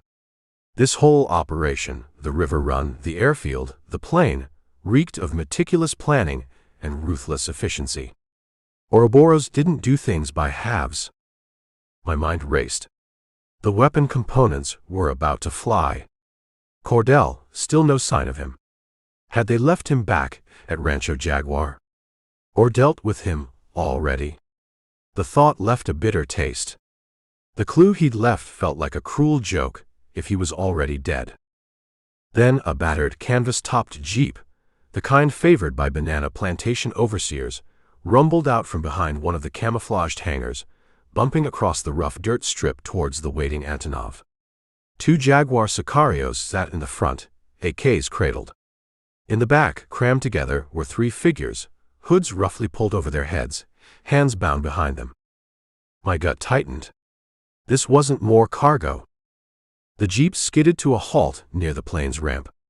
The Sicarios jumped out, yanked the three hooded figures from the back, prodding them roughly towards the plane. One stumbled, nearly falling. The hood slipped partially, just for a second, before a guard yanked it back down. But I saw enough. Weathered face, stubborn jawline, a flash of gray at the temples. Cartel. Beaten, bloody, but alive. Flanked by two other hooded figures, smaller, slighter. Maybe the local activists or journalists Cartel had been trying to help before he got too close to Los Jaguares. They were loading him onto the plane, treating him like just another piece of problematic cargo. An unwilling passenger on Ouroboros' express flight to God knew where. A black site for interrogation. A shallow grave in some even more remote jungle clearing. Whatever the destination, it wouldn't involve a return ticket. Madre de Dios, Luis breathed beside me, his eyes wide with terror. They got prisoners. That ranger, the one they were talking about back at the ranch, it's him, no? Looks like it, I said, my voice grim. Seeing Cartel alive, but clearly abused, about to be disappeared along with those weapon components, it shifted everything. This wasn't just about stopping Ouroboros' shipment anymore. Wasn't just about gathering intel. This was about getting a good man out of their clutches. A man I owed. L's supervisor watched impassively as the guards shoved Cartel and the other two hooded figures up the ramp into the dark maw of the Antonov. He gave a curt nod to the pilot, then turned his attention to the briefcase he'd placed earlier on the stack of fuel drums near the fueling truck, the truck still connected by a thick hose to the Antonov's wing. He picked up the briefcase, preparing to board himself. The last piece. Hicks, man, no. Luis suddenly grabbed my arm, his eyes pleading. Don't do it. Please. There's too many of them. We just drive away, pretend we saw nothing. I shook his hand off, my gaze locked on the plane. The cargo ramp was already beginning to rise, the roar of the engines building. They were seconds from taxiing. Seconds from taking Cartel and those Ouroboros weapon components out of reach forever. The odds were insane. Me, with a nearly empty AK liberated from a dead guard, against maybe a dozen or more professional killers, Ouroboros elite, hardened Jaguar Sicarios, plus the plane crew. Suicide looked like a step up. But walking away, letting them take Cartel, letting those weapons fly, that felt like a different kind of death. Thorne's voice echoed in my head, cold and pragmatic. Sentiment is counterproductive, Mako. Focus on the mission. Acceptable losses. Screw Thorne. Screw the mission. Screw the bigger picture. Sometimes you just had to kick the whole damn anthill over. Stay in the truck, Luis, I said, my voice surprisingly calm. Keep the engine running. If you see a chance, any chance, to get this rig out of here, you take it. Don't wait for me. Hicks. No. They'll kill you. His voice was a panicked squeak. I didn't reply. Just chambered around in the AK. L's supervisor was turning, about to step onto the rising cargo ramp. The pilot in the cockpit gave a thumbs up. The plane lurched slightly as the brakes were released. It was now or never. I took a deep breath, the acrid smell of aviation fuel and jungle rot filling my lungs, a strangely familiar perfume. Then I broke from the cover of our parked truck, sprinting low and fast, not towards the plane's ramp where the guards were concentrated, but towards the idling fuel truck, its fat hose still snaking towards the Antonov's wing. The briefcase L's supervisor had momentarily set down. It was still there, forgotten in his haste to board. Or maybe he just didn't consider it a risk. Another Ouroboros mistake. My objective wasn't subtle. It wasn't surgical. It was pure, unadulterated chaos. If I could ignite that fuel truck right next to the fully loaded, fully fueled cargo plane, maybe, just maybe, I could create enough fire, enough confusion to ground that bird, scatter the guards, and give Cordell and myself a fighting chance. A very slim, very bloody chance. But it was the only one on offer. Chapter 12. Hicks. No seas pendejo. Luis shrieked from the cab of our idled Kenworth as I broke from cover, sprinting low and fast towards the Ouroboros fuel truck still hooked to the Antonov's wing. They'll kill us. They'll kill us all. Maybe. Probably. But letting that plane take off with Cordell and a belly full of Ouroboros' latest party favors wasn't an option. The Antonov's turboprops were a howling blur now, the big freighter bucking slightly against its chocks as the pilot ran up the power. El Supervisor, Croft's man with the ice water veins, was just stepping onto the rising cargo ramp, briefcase in hand, giving one last satisfied look around his little jungle kingdom. Didn't see me coming. Not until I was almost at the fuel truck. One of the khaki-clad Ouroboros professionals near the wing spotted me then. A sharp guttural shout, Russian, maybe Czech. He brought his rifle up. Too late. I raised the crappy AK I'd been nursing, aimed not at him, but at the fat fuel nozzle still plugged into the Antonov's wing tank, and squeezed the trigger. The AK chattered, spitting its last few rounds. Several hit the mark. The nozzle bucked, spraying high-octane aviation fuel in a wide arc across the tarmac, across the wing, drenching the side of the fuel truck itself. A couple of rounds sparked off the metal coupling. That's all it took. The world erupted in a searing orange fireball. Woof! The fuel truck went up like a Roman candle, a massive concussion wave slamming me backwards, knocking the air from my lungs. Heat, intense and immediate, washed over the tarmac. The side of the Antonov closest to the truck was instantly engulfed in flames, the wings sagging, tires exploding like cannon shots. Panicked screams from the ground crew, from the Jaguares Sagrados caught too close. El Supervisor, thrown from the rising ramp by the blast, rolled across the tarmac, his expensive suit smoking. Chaos. Beautiful, glorious chaos. Just what I needed. I scrambled up from where the blast had thrown me, ears ringing, vision swimming, the smell of burning fuel thick and acrid. The Antonov was crippled, at least for now. One wing a burning wreck, landing gear on that side likely melted or collapsed. It wasn't flying anywhere soon. But the Ouroboros professionals were reacting, even through the shock and the flames. Croft's man, El Supervisor, was already on his feet, shouting orders, his face a mask of cold fury, gesturing towards the still intact cargo ramp at the rear of the burning plane. He wanted something out. Or someone. Cordell. Or the weapon components. Or both. His men, maybe 4 or 5 of them still effective, formed a disciplined firing line, laying down suppressing fire towards the burning fuel truck, towards me, trying to secure a path to the plane's ramp. Jaguar's local muscle, caught completely by surprise, were mostly just running around like headless chickens, adding to the confusion, some firing wildly into the jungle, others just trying to get away from the spreading inferno. I needed to get to that ramp. Needed to get Cordell. Needed to make sure those weapon components cooked off in the fire. I started moving, using the burning wreckage of the fuel truck as cover, then dashing towards a stack of cargo pallets near the Antonov's nose. Bullets from the Ouroboros team snapped past, kicking up dirt, pinging off metal. One of them, seeing me break cover, charged, rifle spitting. I dropped, rolled, came up firing the AK, it was empty. Tossed it aside, drew the Makarov I'd taken off the dead guard at the Bravo Ranch bunker. Fired twice. The Ouroboros pro grunted, staggered, went down. One less. Reached the pallets. Peered around. El Supervisor was at the base of the cargo ramp now, urging 2 of his men up into the smoky interior of the Antonov. They disappeared inside. He stayed at the bottom, pistol out, scanning for threats, clearly expecting me. This was it. No finesse. No clever plan. Just a straight-up, desperate gamble.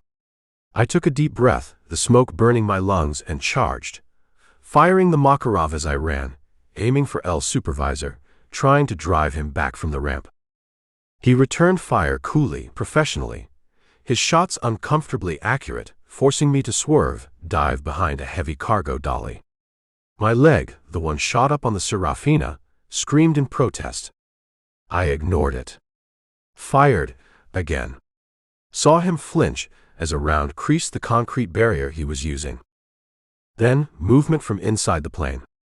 The two Ouroboros men reappeared, dragging someone between them, hooded, bound.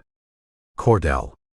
They were pulling him out, away from the fire, probably intending to take him to a secondary extraction point, or just execute him clear of the burning wreck. No. Not on my watch. I focused all my fire on the two men dragging Cartel, ignoring L's supervisor for the moment. One of them yelped, dropping Cartel's arm, spinning away, clutching his shoulder. The other one hesitated, trying to pull Cartel and return fire simultaneously. That was Cartel's chance. Even bound, beaten, the ranger still had fight in him. He kicked out savagely, catching the remaining guard in the knee. The guard howled, stumbled. Cartel, though still hooded, dropped his weight, trying to break free. I used the opening. Sprinted towards the ramp, towards L's supervisor, who was now trying to line up a shot on me while also yelling orders to his men. He was good, but he was stretched thin. I fired my last 2 rounds from the Makarov towards him, making him duck, then hurled the empty pistol at his head. It bounced off his shoulder, more insult than injury, but it bought me another second. Reached the base of the ramp just as Cartel, somehow, managed to get his feet under him, headbutting the guard still holding him. The guard staggered back, disoriented. Cartel, despite the hood, sensed his chance and lunged sideways off the ramp, tumbling onto the tarmac. L's supervisor roared in frustration, turned his weapon towards the fallen ranger. Before he could fire, I hit him. Full force. A shoulder tackle that slammed him back against the hot metal of the cargo ramp. His pistol flew from his grasp. We went down together, me on top, driving my knee into his chest, fists hammering at his face, his throat, anywhere I could connect. Years of frustration, years of fighting Ouroboros shadows, years of seeing good people die for their greed and ambition, all fueled into those blows. He fought back, strong, desperate, but the surprise, the fury of my attack gave me the edge. I felt something give, heard a wet choking sound. Then he went limp beneath me. Gasping for breath, I rolled off him. Scrambled towards Cartel, cutting his bonds with my knife. Pulled the hood off his head. His face was bruised, swollen, but his eyes, when they focused on me, held a flicker of grim recognition. "Hicks," he croaked. "Took you long enough." "Had to refuel," I said, hauling him up. The fire from the Antonov was raging now, ammunition inside starting to cook off with sharp cracks. The weapon components, hopefully they were burning with the rest. The remaining Ouroboros guards, seeing their leader down, the plane an inferno, the situation completely out of control, were falling back, disappearing into the jungle, abandoning the airfield. Los Jaguares' local muscle had long since evaporated. "Can you walk?" I asked Cartel. He nodded, leaning heavily on me. "Think so." "Where to?" "Away from here," I said, looking around. The secondary cargo plane, if there was one, was nowhere in sight, or its crew had wisely decided to leave the party early. But there were jeeps, trucks, abandoned by the fleeing cartel. Let's find a ride. We staggered away from the burning Antonov, away from L's supervisor's body, towards one of the abandoned Jaguar jeeps. The desperate gamble had paid off, sort of. Cartel was alive. The primary weapon shipment was a blazing wreck. But Ouroboros was still out there. And El Jaguar, the local kingpin who just lost a major asset, and a plane load of Ouroboros hardware on his turf, he wouldn't be happy. Not happy at all. The jungle suddenly felt very small again. Chapter 13. Think that Jaguar fella's gonna be a little upset about his airplane. Cartel managed, a bloody grin splitting his bruised face. He was propped up in the passenger seat of the commandeered Jaguar Jeep, clutching a field dressing to his side where shrapnel from the Antonov's exploding wing had caught him. And his #1 gringo supervisor taking a permanent siesta? Upset is probably an understatement, Ranger, I said, wrestling the Jeep's wheel as we bounced violently over a barely there track leading away from the smoking ruins of the Ouroboros airfield. Right now, I'm more concerned about his ground crew's reaction. I glanced in the rear-view mirror. Nothing yet but jungle, and the billowing black smoke marking our recent handiwork. But it wouldn't stay that way. El Jaguar hadn't gotten to be El Jaguar by letting guys like us torch his multi-million-dollar Ouroboros shipments and walk away whistling.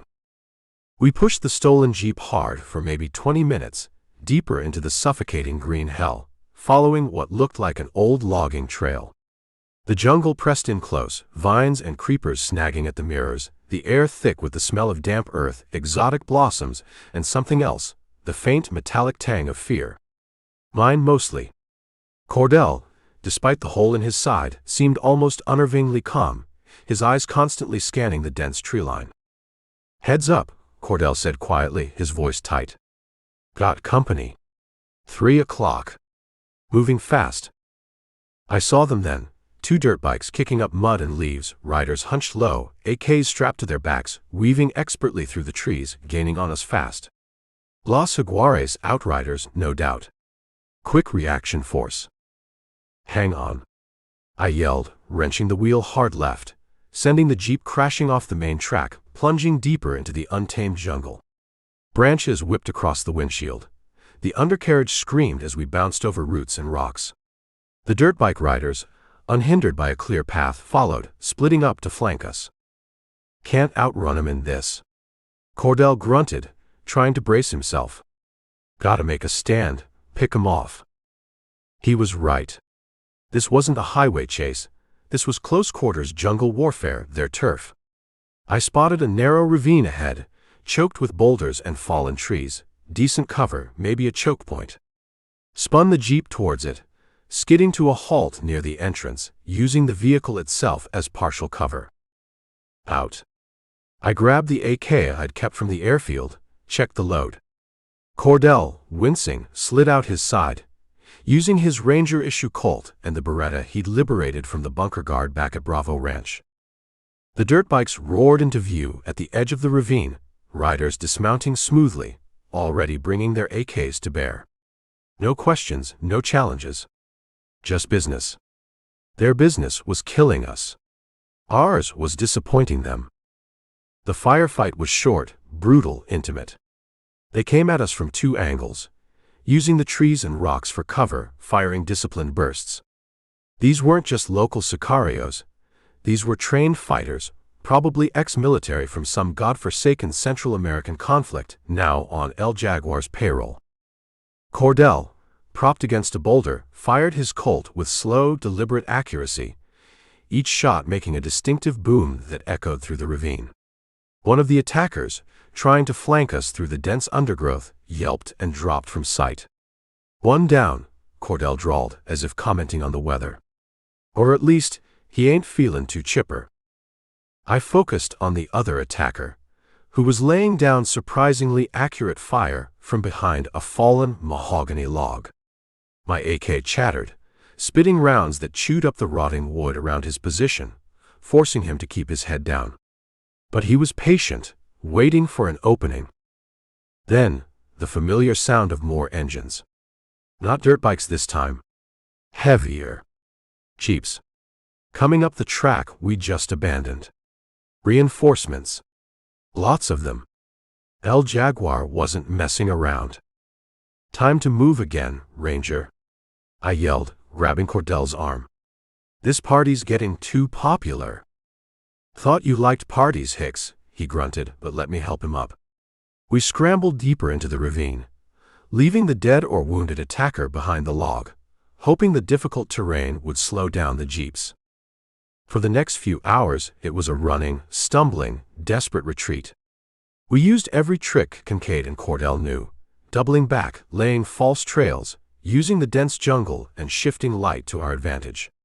Twice more, we exchanged fire with pursuing Jaguar patrols, smaller teams on foot now, trying to flush us out. Kincaid took down another one with a lucky shot through the foliage. Cartel, despite his wound, proved a surprisingly effective spotter, his years in the Texas brush translating well enough to this greener hell. He saw them before Kincaid did, most times. But they were relentless, pushing us further south, deeper into territory that felt increasingly alien, increasingly hostile. Our water was gone. Ammo was critically low. Cartel was fading, the makeshift bandage on his side soaked crimson. Kincaid's own shoulder wound from the Mojave throbbed in sympathy, and the accumulated exhaustion felt like a physical weight trying to drag him down. Late in the afternoon, as the jungle light began to fail, we stumbled into a small, hidden valley. A stream trickled through it, offering blessed water. But at the far end of the valley, nestled against a sheer cliff face, was something that made Kincaid's blood run cold. Not another airfield. Not a warehouse. But what looked like a heavily fortified cave entrance, reinforced with steel and concrete, camouflage netting draped over it. And parked discreetly nearby, under more netting, were two more of those anonymous, heavy-duty cargo trucks with the Manos Amigas del Sur logos. This wasn't just a staging post. This felt like a destination. Or something even more permanent. What in the... Cartel breathed, sinking down behind a curtain of vines, looking towards the cave entrance. That ain't on any map. Before Kincaid could reply, a new sound reached them. Not engines this time. Voices. Closer. Coming from the jungle trail they'd just used to enter the valley. A larger patrol, moving with disciplined precision, clearly tracking them. And from the direction of the cave entrance, more figures emerged, heavily armed, taking up defensive positions. They were boxed in. The valley was a kill zone. El Jaguar's pursuit had finally cornered them. And this time, there was nowhere left to run. Kincaid checked the AK. 3 rounds left. Cartel fumbled with his Colt, his face gray with pain and fatigue.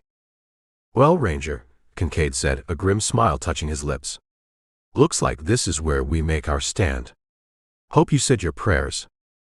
Cartel just spat into the dirt. "Prayers are for choir boys, Hicks. Rangers fight." He raised his Colt, wincing, as the first of El Jaguar's men emerged from the tree line at the valley entrance, rifles already aimed. The jungle firefight was about to become a last stand. Chapter 14. "Well, Hicks," Cartel grunted, wincing as he tried to reload his Colt Peacemaker with fingers slick with his own blood from the wound in his side. He was propped against a cluster of jagged limestone rocks at the edge of the valley, looking pale but stubborn. "Looks like the welcoming committee finally found us. And they ain't brought flowers." He was right.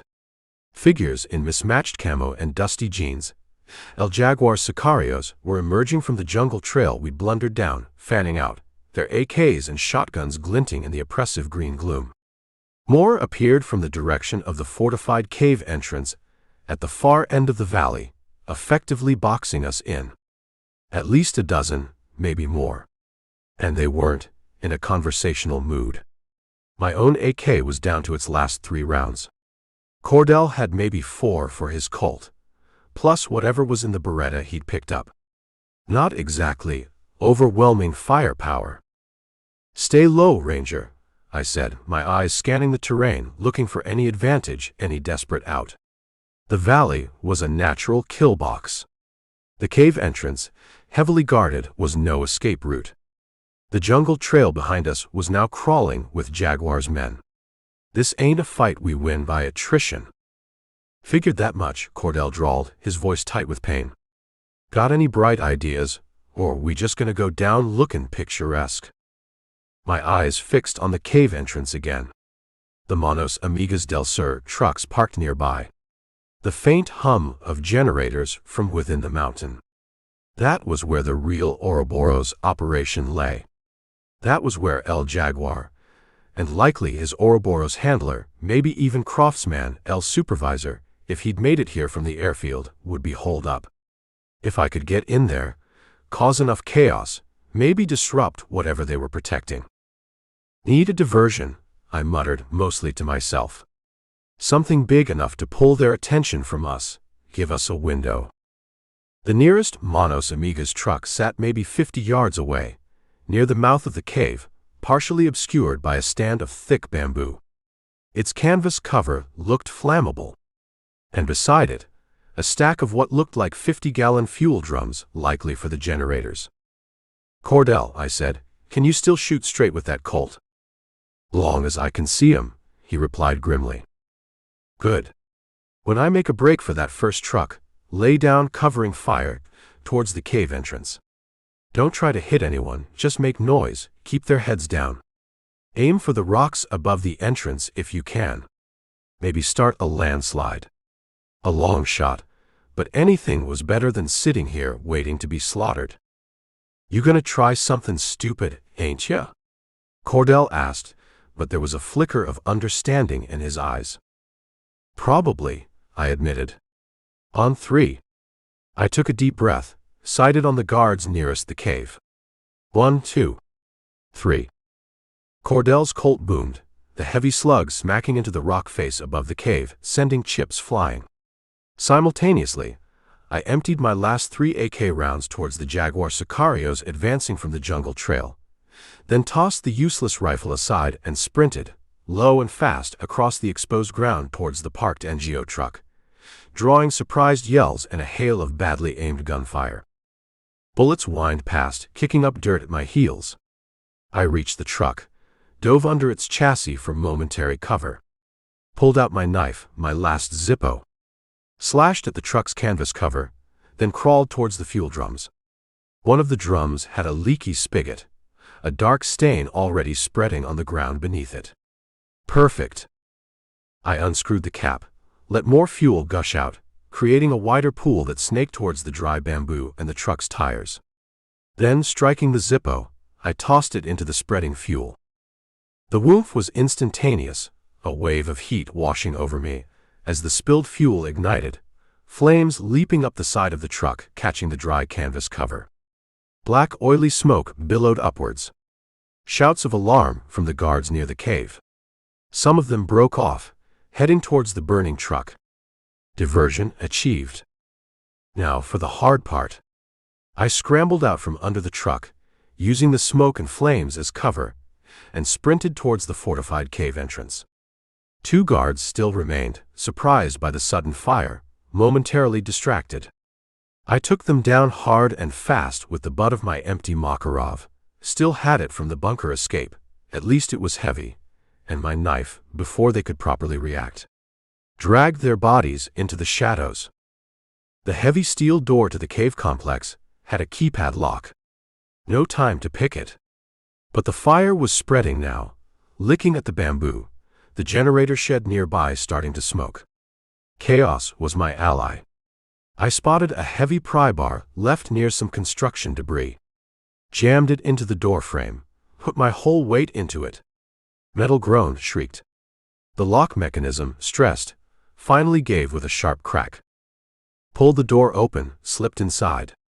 Cool subterranean air hit me, smelling of damp concrete and machine oil. Dimly lit corridor, leading deeper into the mountain. Heard shouts, running footsteps from within. They knew the perimeter was breached. I moved fast, following the main passage, pistol now reloaded with clips taken from the guards outside. Reached a larger cavern, part natural, part excavated, reinforced with steel beams. This was it. Forklifts moved sealed containers, more Manos Amigas specials, towards a reinforced vault set into the far wall. And there, overseeing the operation, flanked by 4 more of the khaki-clad Ouroboros professionals, was El Jaguar himself. He wasn't what I expected. Not some grizzled old narco-patriarch. Younger, maybe late 30s, dressed in expensive tailored jungle fatigues, clean-shaven, with intelligent, watchful eyes that held a chillingly calm intensity. He moved with the lithe grace of his namesake. And standing beside him, speaking quietly into a satellite phone, looking completely unfazed by the distant sounds of gunfire and explosions, was L's supervisor, Croft's man. He had made it from the airfield. Ouroboros didn't leave its top lieutenants behind. They saw me as I entered the cavern, weapons coming up instantly. Kincaid. L's supervisor snarled, surprise and fury warring on his face. You should be dead. El Jaguar just smiled, a slow, predatory grin. Ah, El Americano persistent, he purred. You have caused me considerable inconvenience. My convoy. My airfield. Now my private sanctuary. He gestured with the machine pistol he held. It ends here. That's the plan, I said, my own pistol steady. Yours or mine, we'll see. The firefight erupted in the confined space of the cavern. A deafening roar of automatic weapons fire, ricochets screaming off rock and steel. I dove behind a stack of the Ouroboros containers, returning fire, trying to pick my targets. The Ouroboros pros were good, disciplined, using cover effectively. El Jaguar fought with a savage grace, seemingly unconcerned by the bullets flying around him. I took down one of the pros, then another, but took a hit myself. A searing pain in my side, felt like a hot poker. Kept firing. Needed to get to Jaguar. Needed to stop this operation. Needed to find whatever they were protecting in that vault. Then Cartel appeared in the cave entrance behind me, leaning heavily against the doorframe, his face gray but his Colt steady in his hand. He must have used the chaos of the burning truck and the initial assault to make his way here. The old ranger wasn't out of the fight yet. Covering your flank, Hicks, he yelled and fired twice. One of the remaining Ouroboros pros near L's supervisor cried out, clutching his leg. The distraction was enough.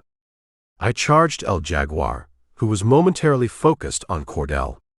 We met in the center of the cavern, a brutal, close-quarters struggle. He was fast, strong, knife appearing in his hand as if by magic. I parried his first slash, countered with a blow to his head with my pistol butt. He staggered but came back snarling, knife flashing. We wrestled, crashed against the cold steel of a container. I felt his knife slice across my ribs, shallow but burning. Used his momentum, twisted, slammed him hard against the rock wall. His head hit with a sickening thud. He slumped, dazed. I didn't hesitate. Ended it. Quick. Brutal. Jaguar was down. L's supervisor, seeing Jaguar fall, seeing his remaining guards engaged with Cartel or down, made his decision.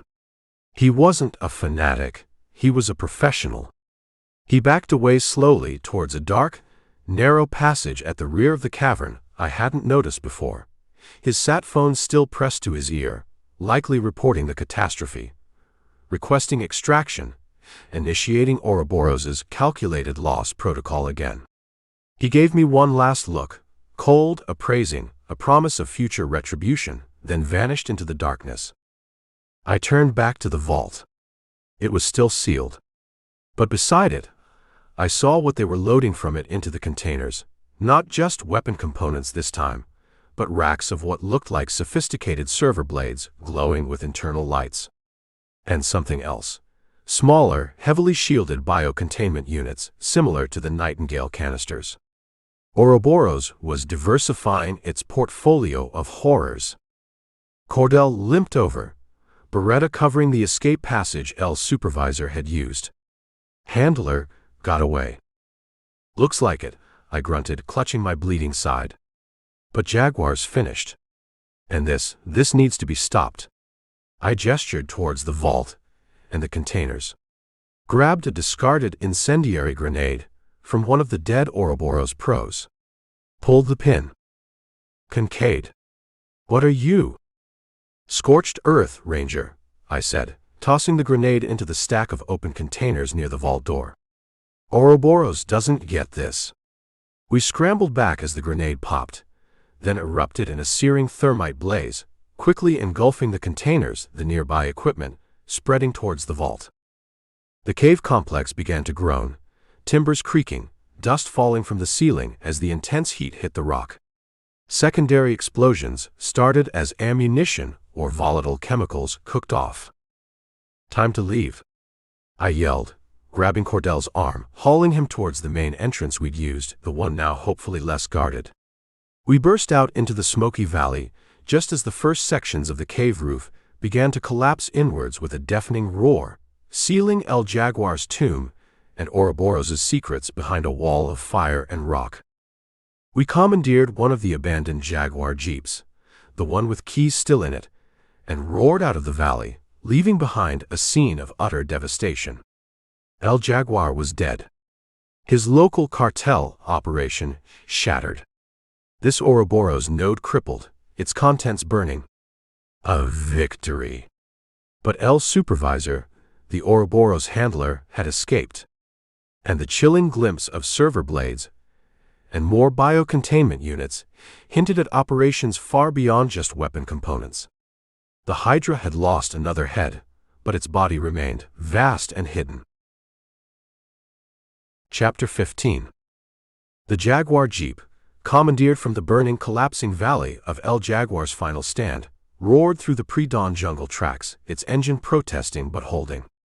Cordell was slumped beside me, semi-conscious, bleeding steadily from the wound in his side despite my makeshift pressure bandage. I drove like a madman, fueled by adrenaline and the last dregs of rage, needing to put as much distance as possible between us and that smoking ruin before Ouroboros' regional cleanup crew, or whatever local authorities El Jaguar hadn't owned, started swarming the area. Getting out of that god-forsaken stretch of Central American jungle and back towards something resembling civilization, even the sketchy kind found near porous borders, took 2 more days of hard driving, evasive maneuvers, and sheer dumb luck. We ditched the hot Jaguar Jeep deep in the mountains, then bartered with a wary coffee farmer for passage on his ancient overloaded truck heading vaguely north. Cordell, drifting in and out of consciousness, was a dead weight, but his ranger toughness kept him hanging on. I cleaned his wound as best I could with the last of my antiseptic wipes and some cheap local aguardiente that probably burned more than it helped. Finally, near a dusty, forgotten border town on the Guatemalan side that looked like it hadn't seen a legitimate customs official since the Mayans ran the place, I found a bush pilot with a rusty Cessna, no morals, and a willingness to fly anywhere for enough U.S. greenbacks. Sully, via one last desperate, heavily encrypted burst before my sat phone battery died for good, had managed to get me a contact number for a discreet medical transport service that could meet a small plane at an equally discreet private airstrip just north of the Texas border. More of my dwindling funds vanished, but seeing Cordell finally stretchered onto that waiting medevac Learjet, stabilized, and heading for proper medical care, arranged by some quiet Ranger network contact Sully had nudged, felt like the first clean breath I'd taken in weeks. "You ain't half bad, Hicks," Cordell had rasped, his eyes barely open, before they loaded him onto the plane. "For a damn boat bum." "You too, Ranger," I'd replied. "For a lawman who keeps getting himself shot." We didn't shake hands. Didn't need to. He knew. I knew. We'd walked through hell together, again. That forged something words couldn't touch. He'd likely spend months recovering, then go back to his quiet war against the border scum, armed now with a deeper, uglier understanding of the real players pulling the strings. My own journey back to Florida was slower, more circumspect. A series of anonymous bus rides, cheap motel rooms, always watching my back, always feeling the phantom weight of Ouroboros' unseen eyes. El's supervisor, Croft's man, had escaped the jungle. He knew my face, knew I was responsible for shattering his Central American weapons pipeline and eliminating El Jaguar, a key Ouroboros proxy. The syndicate wouldn't forget. They never did. The Sea Witch waited for me in her secluded Apalachicola Creek anchorage, looking a little more weathered, a little more beaten, much like her owner. Climbing aboard felt like stepping back into my own skin, the familiar scent of salt, diesel, and old teak a welcome balm. Sully's final report, when I finally re-established secure comms, was predictably bleak. No official chatter about the jungle fireworks, Jack. Ouroboros cut their losses clean. El Jaguar officially vanished, probably blamed on rival cartels. The Manos Amigas del Sur NGO filed for bankruptcy. Its directors disappeared into thin air. The weapon components, the server blades, the biocontainment units you saw in that cave, officially they never existed. He paused. Cartel's stable. Asking a lot of questions his superiors can't or won't answer. He's being debriefed by some very quiet men from Langley. They're interested in what he saw and who he saw it with. Tell them I'm a ghost, I said. A bad dream Cartel had. Already did, Sully replied dryly. They seem to prefer that narrative. For now. For now. The words hung there. In the days that followed, back in the familiar solitude of the Sea Witch, the full implications of the cartel proxy operation settled in. Ouroboros wasn't just dabbling in existing criminal enterprises anymore. They were creating them, tailoring them to their specific needs, using established smuggling routes and corrupt local power structures as ready-made infrastructure for their own high-stakes global games. Los Jaguares Sagrados, El Jaguar himself.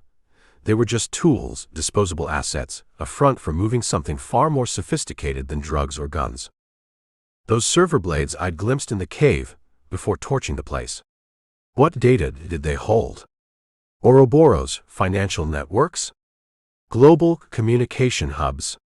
Plans for future operations? And the weapon components, clearly not just simple AKs or RPGs, but parts for something advanced, something strategic. Combined with the hints of biotech from the Everglades and the EMP from the Argus Eye, it painted a terrifying picture of a syndicate arming itself or its clients with an arsenal capable of crippling nations. The humanitarian aid cover was particularly insidious, a cynical exploitation of compassion to move instruments of death and chaos. It showed Ouroboros's chilling understanding of how the legitimate world worked, how easily its systems could be manipulated, its symbols corrupted. They weren't just operating in the shadows anymore. They were hiding in plain sight, wearing the masks of legitimate business, philanthropy, even environmentalism and aid work. I sat on the deck as dawn approached, the first pale light painting the eastern sky, the air cool and damp with dew. The coffee in my mug was bitter, strong. Cartel was safe for now. El Jaguar was gone. This particular Ouroboros pipeline was severed, its contents turned to ash and twisted metal deep in a Central American jungle. Another tactical victory. Another flesh wound on the immense regenerating body of the syndicate. But El's supervisor, Croft's man, the Ouroboros professional, was still out there. He'd report back to his masters, to Vance, to Croft, maybe even to Marcus Thorne wherever he was lurking. They'd know I was responsible. They'd adapt. They'd create new proxies, open new routes, develop new weapons. Their resources were virtually limitless, their reach global, their motives still terrifyingly opaque, beyond a desire for power and control on an unprecedented scale. The uneasy dawn breaking over the Florida marsh felt symbolic. A little light, yes, but the shadows stretched long and deep, filled with unanswered questions, unresolved threats. I was tired, bone-weary of the endless fight, the betrayals, the violence. But looking out at the quiet water, I knew this wasn't over. It would never be over until Ouroboros itself was dismantled, its leaders brought to justice or put in the ground. The war was a quiet one, fought in remote jungles, hidden warehouses, corporate boardrooms, and the digital ether. I seemed to be one of its few, unwilling, increasingly cynical foot soldiers. The next battle was out there, gathering strength, waiting. And sooner or later, it would find me. Can I send you special activities for free? Then don't miss a single action-packed volume of the declassified files. Deep Dive, Deception Tide, Miami Mirage, Cuban Crossfire, Canvas Code, Weapons Grade, Depth Charge, Weapons Free, Panama Proxy, Mojave Mirage,